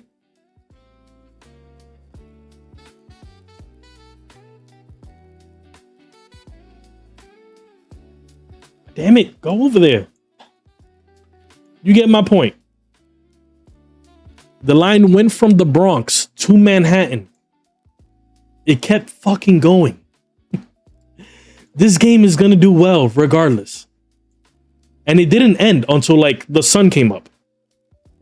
It did not end till the sun came up. Shout out to my store manager at the time, Juan Lopez. Juan, I know sometimes you watch the stream. Love you to pieces. I know for a fact when they announced the new cast for X-Men that the MCU is doing, I know you probably pissed your pants when you saw Kylo Ren was playing Mr. Sinister, because Mr. Sinister is your favorite character. I know. So that was what your baby boy Gary was working with.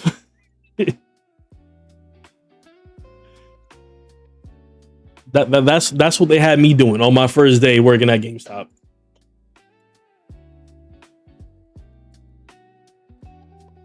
Let's put this back up.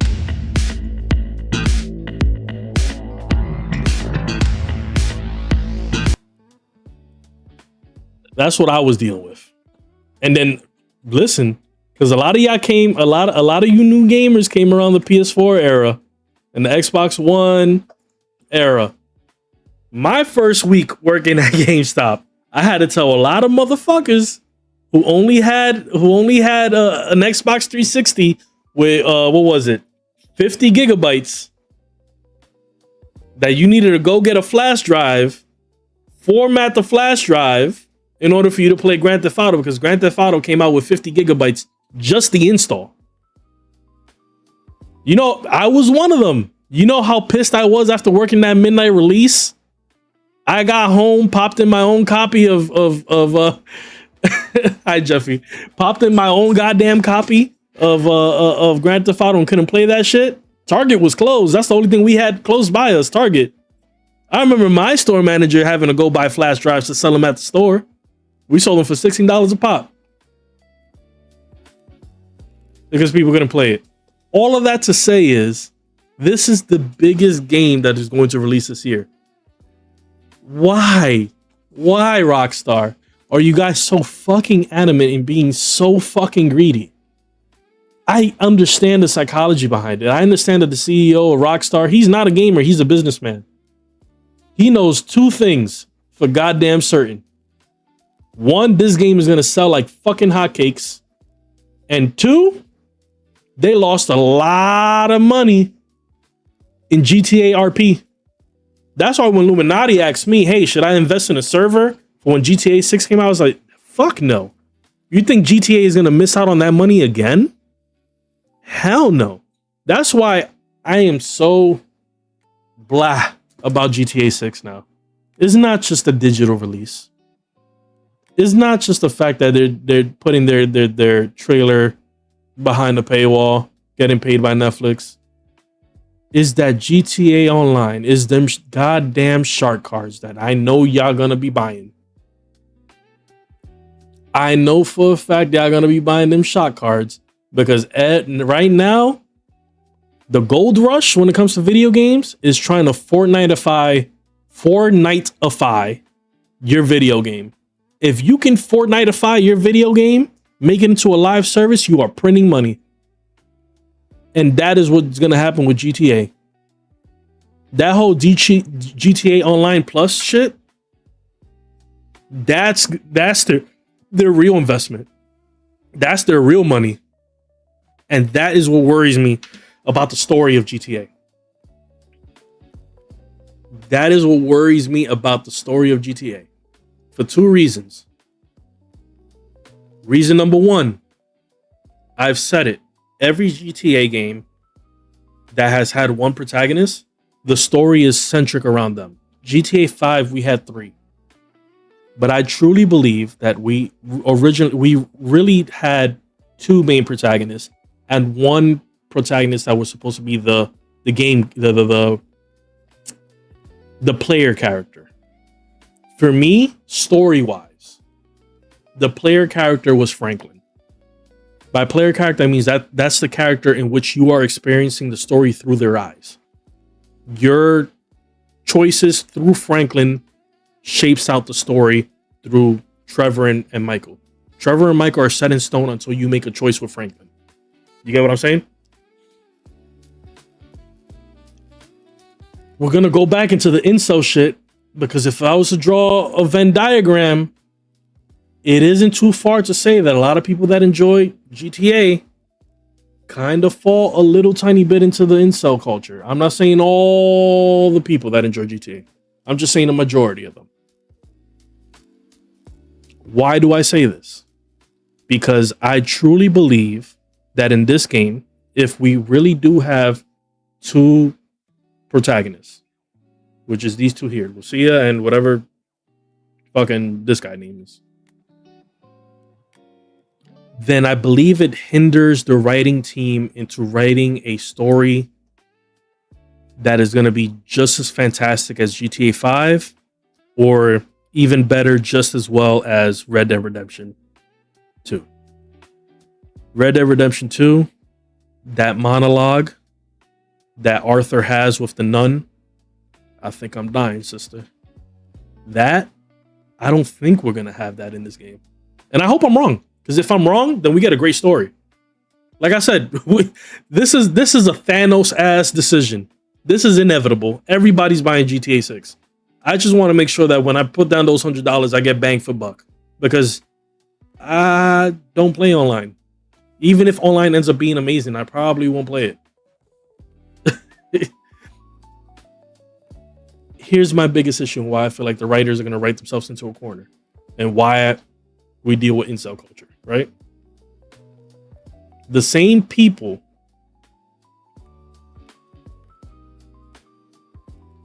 that are likely to not complain about Lucia, who I believe is going to be the player character, which means the story shapes through her eyes as us the player, are the same people that complained about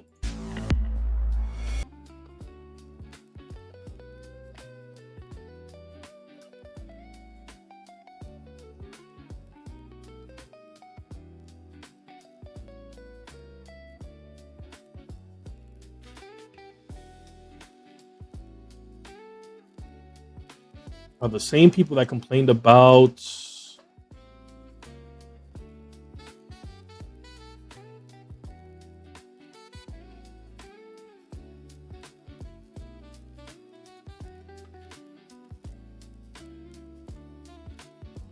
There are no gods here. same people that complained about her being the main character of Witcher 4.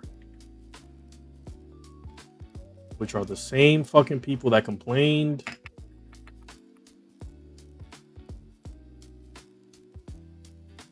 Give me a second, because I'm trying to think of the name of the games off the top of my head.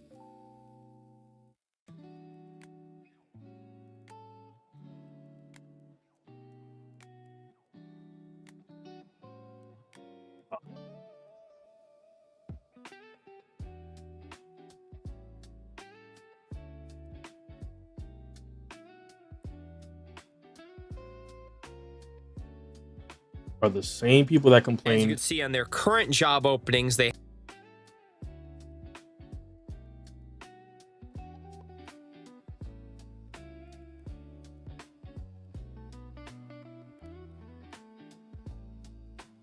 about her in the new Naughty Dog game as the main character. Which are the same fucking people that complained. God damn it, what's the name of that game?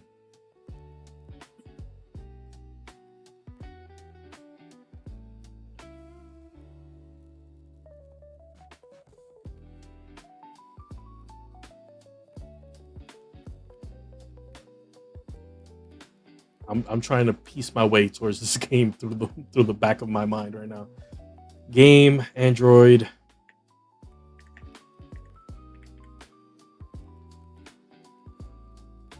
Dex. Right. None of these are. Fuck. I know Dante played it. Let me go to Dante real quick.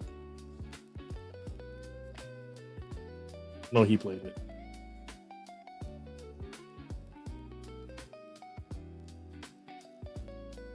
Make it into a playlist? I doubt it. Dante's not that. I can't believe this game is this game is escaping me right now. Stellar Blade. Yes, thank you, Mr. A. Yes.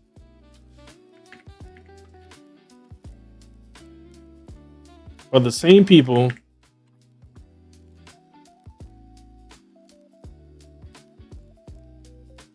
that complained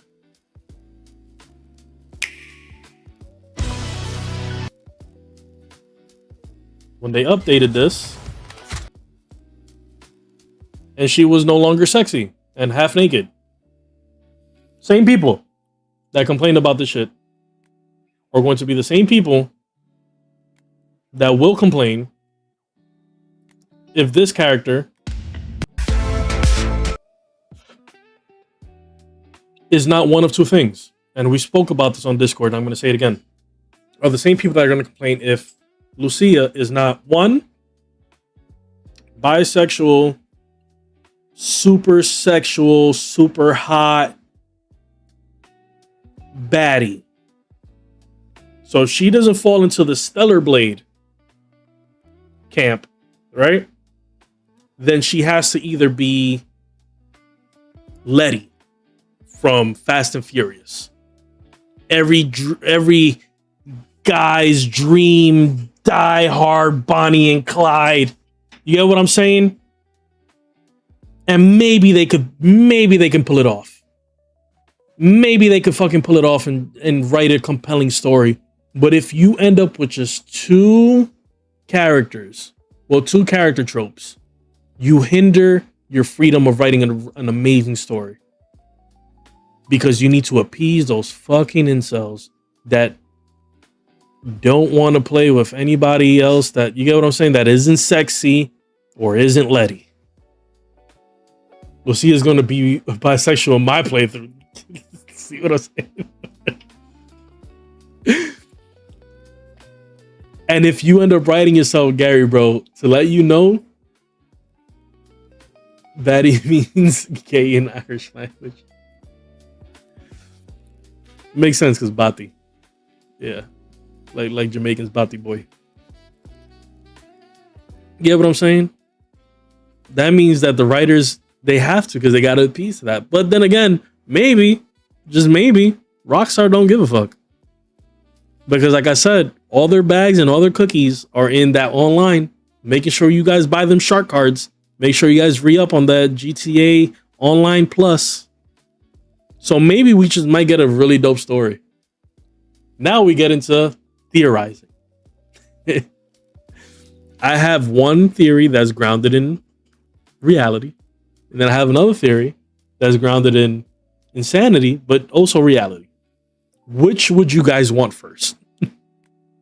When it comes to GTA. EDP on the thumbnail is on the thumbnail is with Babby Boy Gary. How you doing, my boy Vamo? Yeah, we spoke about EDP at the start. Yeah, you got to go back and you got to watch it, or you can watch the videos when I drop them tomorrow, like the clips. Right now we're talking about GTA. So you guys want to know the crazy theory, or you guys want to know the grounded in reality theory? I'm waiting for somebody to answer in chat.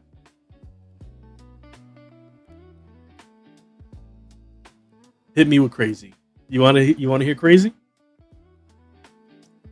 If you go to Netflix right now, there's a category on your TV that says Netflix games.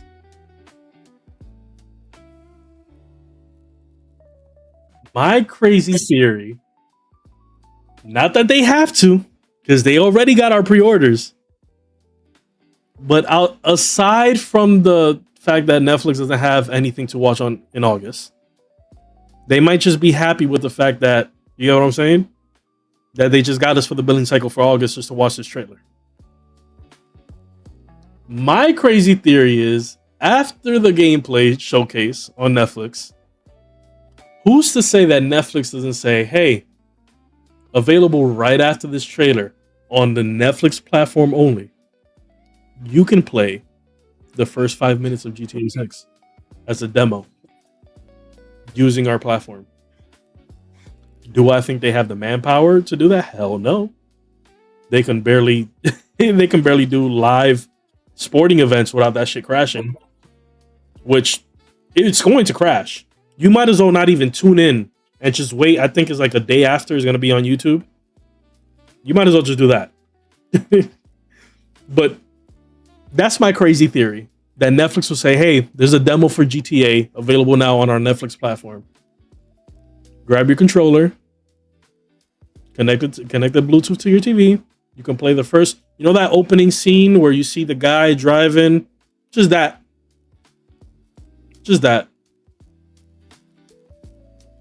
I have an even crazier theory. This is the one that's kind of grounded in truth.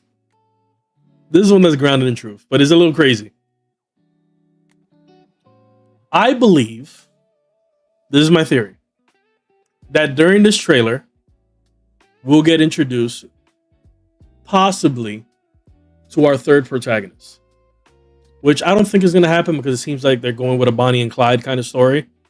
But it's hard for you to go from 3 protagonists back to 2 or back to 1. But I believe if we don't get like a little demo on Netflix, which, like I said, that's crazy. Like, that's just me, being a little razzle dazzle. I could see them announcing that the third protagonist will be a created character. I could see that, and if they do it, they'll announce it there. Like, hey, third protagonist is your created character. It makes sense, but if that's the case, then I have more. I can let out a sigh when it comes to the story of GTA 6. Because then the player character will be your created character. Lucia can have her own story, which wouldn't ruffle too many feathers. And the guy whose name keeps escaping me will have his own shit. But if we stay with 2 protagonists, I truly believe that the player character will be Lucia. Her story seems more fleshed out, and it seems like her choices will really matter. Player character, again, meaning this is the true protagonist of the story. She's the Bonnie and Clyde. She's the Bonnie that got caught, who didn't snitch. You know what I'm saying? Everything will play through her eyes, the same way 5 played through Franklin's. Okay, to wrap it up, we have our advice corner. While I do the advice corner, you guys are more than you guys can go ahead and say, hey Gary, what do you think about this? We can talk about that. Well, right now, I did ask somebody in the Discord if anybody had needed advice, and we'll answer it on stream, and that's how we close it out. But if you guys have any more topics, Jason is the guy. Yeah, fucking. So I don't know. We'll see. We'll see. If we don't get a third protagonist, and the character of a third protagonist will come from the scope of the map. You guys know what I'm saying? Like how alive the world feels. We'll see. Okay, where's the thing that Leia said? Leia had asked for some advice. We're gonna answer it here. And this is an open discussion for anybody who wants to join. Leia asked, genuine question. Can you love someone you don't actually know? Here's another theory. The third MC is yet to be revealed, is the antagonist to Lucia and Jason, and it will allow you to play through the other side. Play as a cop? That'd be dope. Play as the cop that caught them? As the detective working? Because that's the thing. Rockstar don't be throwing out shit other than GTA and Red Dead Redemption. We ain't never going to get another Noir. We ain't never going to get another Midnight. We ain't never going to get another Bully. For what? We got GTA. So who knows? Maybe that's their way of bringing back the detective shit. Maybe the third protagonist is an unknown detective. Okay, so Leia did ask that. Can you love someone you don't actually know? Off the bat, I will say no. Off the bat, I don't think you can. I don't think you can love somebody that you don't know. That's me speaking logically. Me speaking emotionally, I can only speak through a guy's purview, like a guy's thing. And I can say, I'll use my ex as an example, right? My ex is the only person I've ever pursued. I'm not saying I'm hot shit. Look at me. Look at this ugly mug. I don't know why. The same way I told you my curse is to never amount any followers on any social media. My mutant power, for some reason, is having a woman randomly be like, hey, let me get your phone. Boom, number. Call me. Or, hey, I'm going to sit in your lap. Or, hey, you know you could talk, right? No, I'll talk. That's my superpower. But the only person that I can say, shut up, you a hot girl. It is a hot girl summer. My special power has always been that. The only person I ever pursued was my ex. And it was a situation where it was just a picture on IG. I was in DR. And immediately from seeing that picture, I said, I'll make that person my girlfriend. Am I saying that outright I fell in love with that person through a picture on IG? No. But what I will say for a guy, at least for a guy, and this is my advice to not only any girl, any woman's out there, I will say this. Do not let any guy string you along. Because a guy knows instantly whether they're going to be with you or not. Any other guy that has you stringing along for years and months, you probably plan B, plan C. A guy knows instantly, this is the person I'm going to marry, this is the person I'm going to have kids with, instantly. If a guy is not sitting you down and having a truthful conversation with you, he is lying. It's something primal in us where we just know. We just know. So that emotional primal side, I can see why someone would say, can you love somebody without knowing them? Because us as guys, we do it when we know. When we know off rip, we just do it. So maybe under those circumstances is where I can answer yes. Outside of those circumstances, you got to be really careful with someone who's ready to say I love you without really loving you. There's somebody who just says that out off rip. Off rip, just I love you. I'm like, bro, you haven't even smelled my morning breath yet. You can love what somebody stands for or what they do, but to love them, truly love them, you have to know them. You have to have the familiarity. Yeah, exactly. You can love the idea of a person, of what they represent to you. I agree. That's very Gatsby. Mr. A. It's very Gatsby. A lot of people will go ahead and sit here and say, nah, Gatsby loved Daisy. Did he though? Or did he love the idea of Daisy? Did he love the idea of what Daisy represented? You get what I'm saying? You got to be careful with the people that love the idea of you. They might love a good guy, but are they in love with that guy? That guy might love everything you might represent as a woman, but is he in love with you? Can he genuinely, without knowing you, without knowing what you fear, what you love, what you like to do, can he know off rip that he loves you?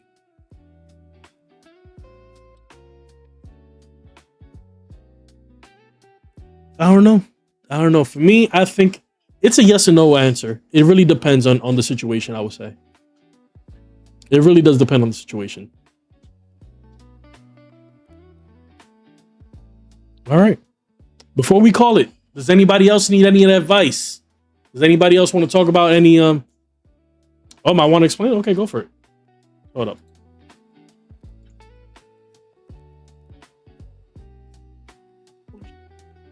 So yes, you can love a total stranger, and I'm going to tell you how right now. Before we call it, anybody else need any advice? When you're in a relationship with someone, you both go through phases in life. From where you started to where you are at that phase, you're total strangers. I believe that you can fall in love with a stranger because I go off of the theory that you don't know the person completely. At the end of the day, like, we could be married, you don't know the person completely. Right? Because everybody grows differently. you could be going through something that gives you 20% of what's into the relationship, and I could be giving the rest of the percentage. I'm not gonna do math right now because I'm kind of tired. But it's like, how do I explain it? It's like with me and my ex. We were in love. We knew each other. We were friends in high school. We tried to do it outside of high school, and it didn't work out because he started becoming more and more of a stranger. And the more you became a stranger, the more like I tried to love him through it. I had to see like this is the bonding point. Okay. If that makes sense. So yes, But you can love a stranger. is that you loving someone you don't know, or is that you loving someone who's possibly grown out of what you've known them for? It would have to be grown out of what I've known them for, and that's where I see the love a stranger phase. Yeah, because this question seems more like is not a cookie cutter kind of question. Yeah. Because everybody experiences love in their own kind of way. So under those circumstances, I can see how you can see that. But then my pushback would be what I believe the intended question was trying to bring out. Can you, right, love someone you don't know? Not someone who has changed. So let's say brand new person. Do you think you and I feel like I already know this answer because I feel like you have a huge heart and you love first before anything. But can you, before even knowing a person, can you love them? Love? I feel like it's a strong word because I could like somebody before knowing the person. Like, look at our story. Our story alone is we didn't know each other and now we do, Yeah. So, and I feel like it's more because I have a big heart, because I feel like if you would have just left me, it would have been like, okay, yeah, whatever. If I was any other human, if I wasn't persistent and annoying. I do feel like a complete stranger, you can start off by liking them and then with their actions admiring them, but off rip, like love at first sight, in this generation, I don't feel it anymore. I can see that. I can see how, as someone who is jaded in love myself, I can see how somebody will have that thing. I have one little pushback. Prior to me saying that I love you, Angie, I would say that yes, maybe there would be a case to be made where if you didn't push, I would have left it. But that's not because of who you are as a person. That's because of who I am as a person. My special power is I can let go of anybody at any point. That's just me. That's my superpower. I can let go of anybody at any point. Cut ties, boom, bam, boom. Until those 3 words come out of my mouth, after I say I love you, it is very hard for me to let you go. Yeah. And I say that with you, not only as my best friend, but somebody that, be bumping uglies with me from time to time. Yeah. I say that with Mr. A, who sometimes has his own demons he's fighting and takes time for himself. And after I haven't heard from him after a while, I go searching for my baby boy to make sure he's fine. Same thing with Wicked. Same thing with Leia. Same thing even with Bamo. Sometimes when I don't hear from Bamo for a while, I'm like, hey, Bamo, how you doing, bro? How's the baby? Yeah. I'm like that. It takes a lot after I say I love you for me to be like, I'm done. Yeah. I think that's a good and a bad thing with me because I can be very forgiving because I don't like giving up on people, but sometimes I came across a really amazing fucking quote on TikTok. The guy said, sometimes through your forgiveness and your love, you stop people from suffering from the consequences of their actions. And that's also not good for you as a person because sometimes people can take that. They can abuse that. Of course. I mean, look at me now. I'm navigating this new world and I'm like,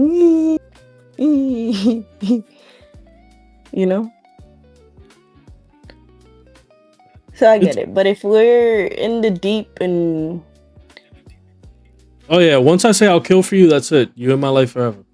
yeah, I know. And even though I've said that to some people who have maybe grown out of our friendship or whatever, it's happened. But yeah, it takes a lot for me. So I think now I'm kind of sliding on the side of yes. I think you can love somebody without completely knowing them. But then again, you gotta just be careful because nowadays people throw out I love yous just cause. Sometimes they're starving for any type of affection, so they themselves don't understand how heavy those 3 words are. I love you is a big. Yeah, it's a huge emotion. Yeah, I had somebody tell me you don't love me, and I was like, I met you 2 minutes ago. Relax, relax. And me, big heart. I'm like, relax. And So Jeffy's my other dude. I love Jeffy too. Jeffy's my baby boy. Yeah, the subscriber gang is a really great gang. I'm not gonna lie. I'm proud of the little community we've built. This is why I'm also afraid of getting bigger than what I am, because I'm afraid like it's easy to say from outside the club like music ain't bumping that good, but what happens when we already hit that 100,000 subscriber and the chat is flowing how it does normally on a hood early release? And I just don't want to lose that focus of what I'm trying to build. I just want this community to feel like the video game kiosk at a Toys R Us where you're waiting online for your turn to play and you kind of make friends with somebody just for those 2-3 seconds when they're like, their mom calls out, Pablo, we gotta go. And Pablo hands you the control. And for those 2 seconds, that was your best friend in the world. That's what I want this community to be. Or when you're putting that quarter on the arcade machine and you're waiting for your turn. Or you know what? I feel like this is the one thing that everybody could kind of... I want this community to feel like those friends you will never talk to ever again that you made waiting on a midnight release line for a game you have followed all the marketing for, all the demos for, all the videos for. And you're standing there in line. It's midnight. It's fucking freezing outside. Some random ass nerd with glasses like, hey, we got to wrap the line around the block. That's what I want this community to feel like. Yeah, because when Leia had asked the question, I had put like our situation in it. And I do realize that I did see you at the GameStop when you were skinny. Hilariously enough, that's how the universe worked. I was a big-headed child. You sold me a Madden game. I walked out of GameStop. There's a huge chance. There's a huge chance. There's definitely an invisible string between you and I, because literally, like, I met Angie, what, 3 years ago? Yeah. 3 years ago. But her block that she's lived her whole life is 1 block away from where I've lived my whole life. You know what I'm saying? Her building looks at the private Catholic school I went to as a child, the church where I did my first and second communion. So is Angie on that phone? She's on Discord. We're all on Discord. That's what this stream is. I'm on Discord, guys. But hey, whoever asking. But yes, thank you, Bobanji. Thank you, Mr. A, for tuning in and speaking your things. I'm gonna go ahead and put you back in the audience just so I can close this out. Okay. Okay, before I close it out, any more questions? Any more advice anybody needs? I don't really think I have an outro for this new series, but I hope you guys enjoyed it. We're going to give it 2 seconds. If anybody has anything else they want to say, like, hey, Gary, what do you think about Kingdom Hearts? Let me know. Because all I'm going to say is, you fucking new gamers. You new gamers, son. Hold on.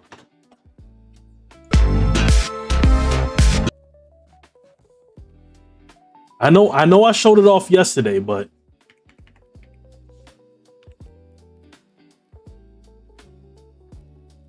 you new goddamn gamers, son. Y'all some lucky sons of bitches. Y'all some lucky fucking new gen gamers, son. Gracias. I'm gonna let it play for a little bit. I'm gonna let it rock. Just for a little bit, I'm gonna let it rock.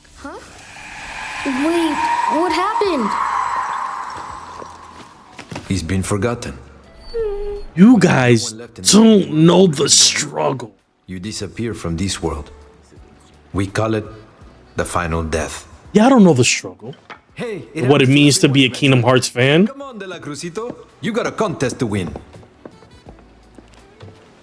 Yeah, I don't know.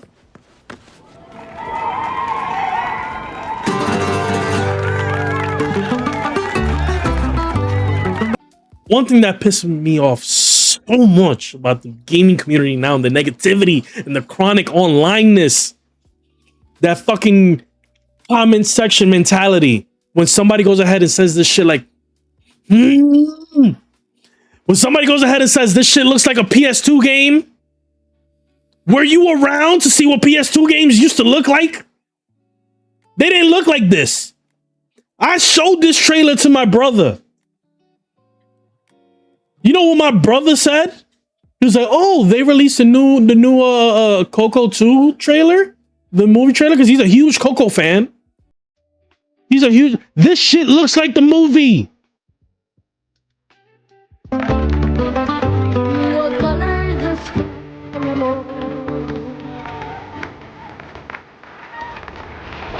When this popped up, Kenny pissed himself.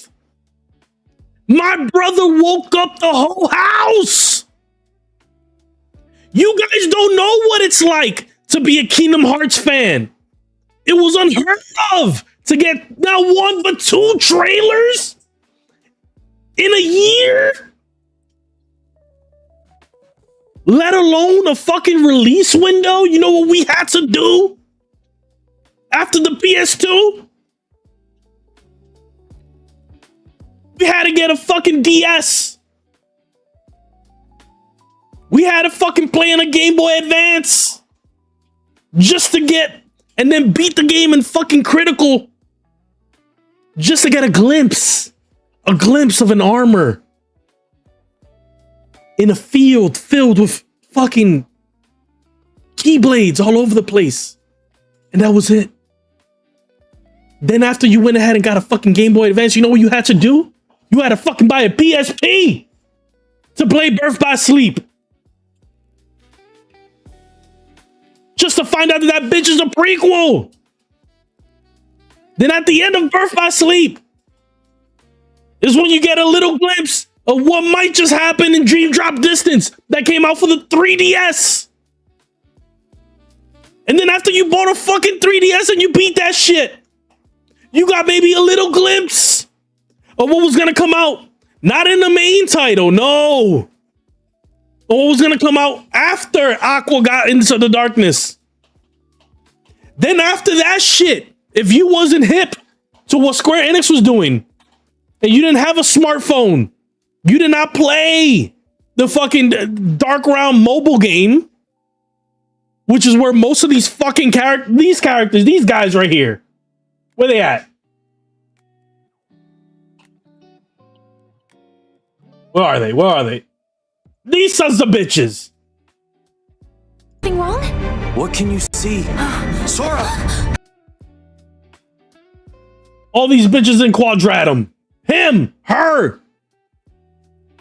If you didn't play that mobile game, you had no idea who these motherfuckers were. Then after the mobile game, you might understand a little bit of what Xehanort was planning, right? If you didn't do all of them shits, and then get up to this point, is if you didn't play that mobile game, right?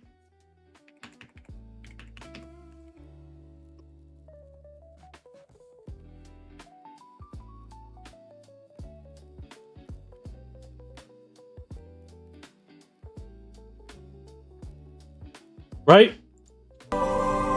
You wouldn't understand who the fuck he was. Need some help? And you wouldn't understand what was happening here. This is in 3. Kenny, who loves this shit more than me, didn't know. I had to explain this shit. You know what all those keyblades are? You know what that is? That is all the usernames from the Kingdom Hearts mobile game. So as you fucking attacked, there was a chance that your username popped up. No one understood that shit. So stop fucking complaining about the video game industry when you new motherfuckers get spoiled every day. Every day. You don't fucking believe me? Stop using your parents' goddamn credit card and buy these games coming out in September for your goddamn self. All 75 of them. Because everybody's afraid to get anywhere close to Grand Theft Auto. And then the second Grand Theft Auto's done, it don't mean everything's done. No, we still got bangers coming out after Grand Theft Auto. I digress. Thank you guys so much for tuning in. Love every single one of you guys. I hope you guys enjoyed the new games, the new video series, the new show. This was episode 1. Thank you guys who in Discord who tuned in. I promise I'm going to have a couple more topics fired up for next weekend. So please tune in. Love every single one of you guys. Have a great one. Bye-bye.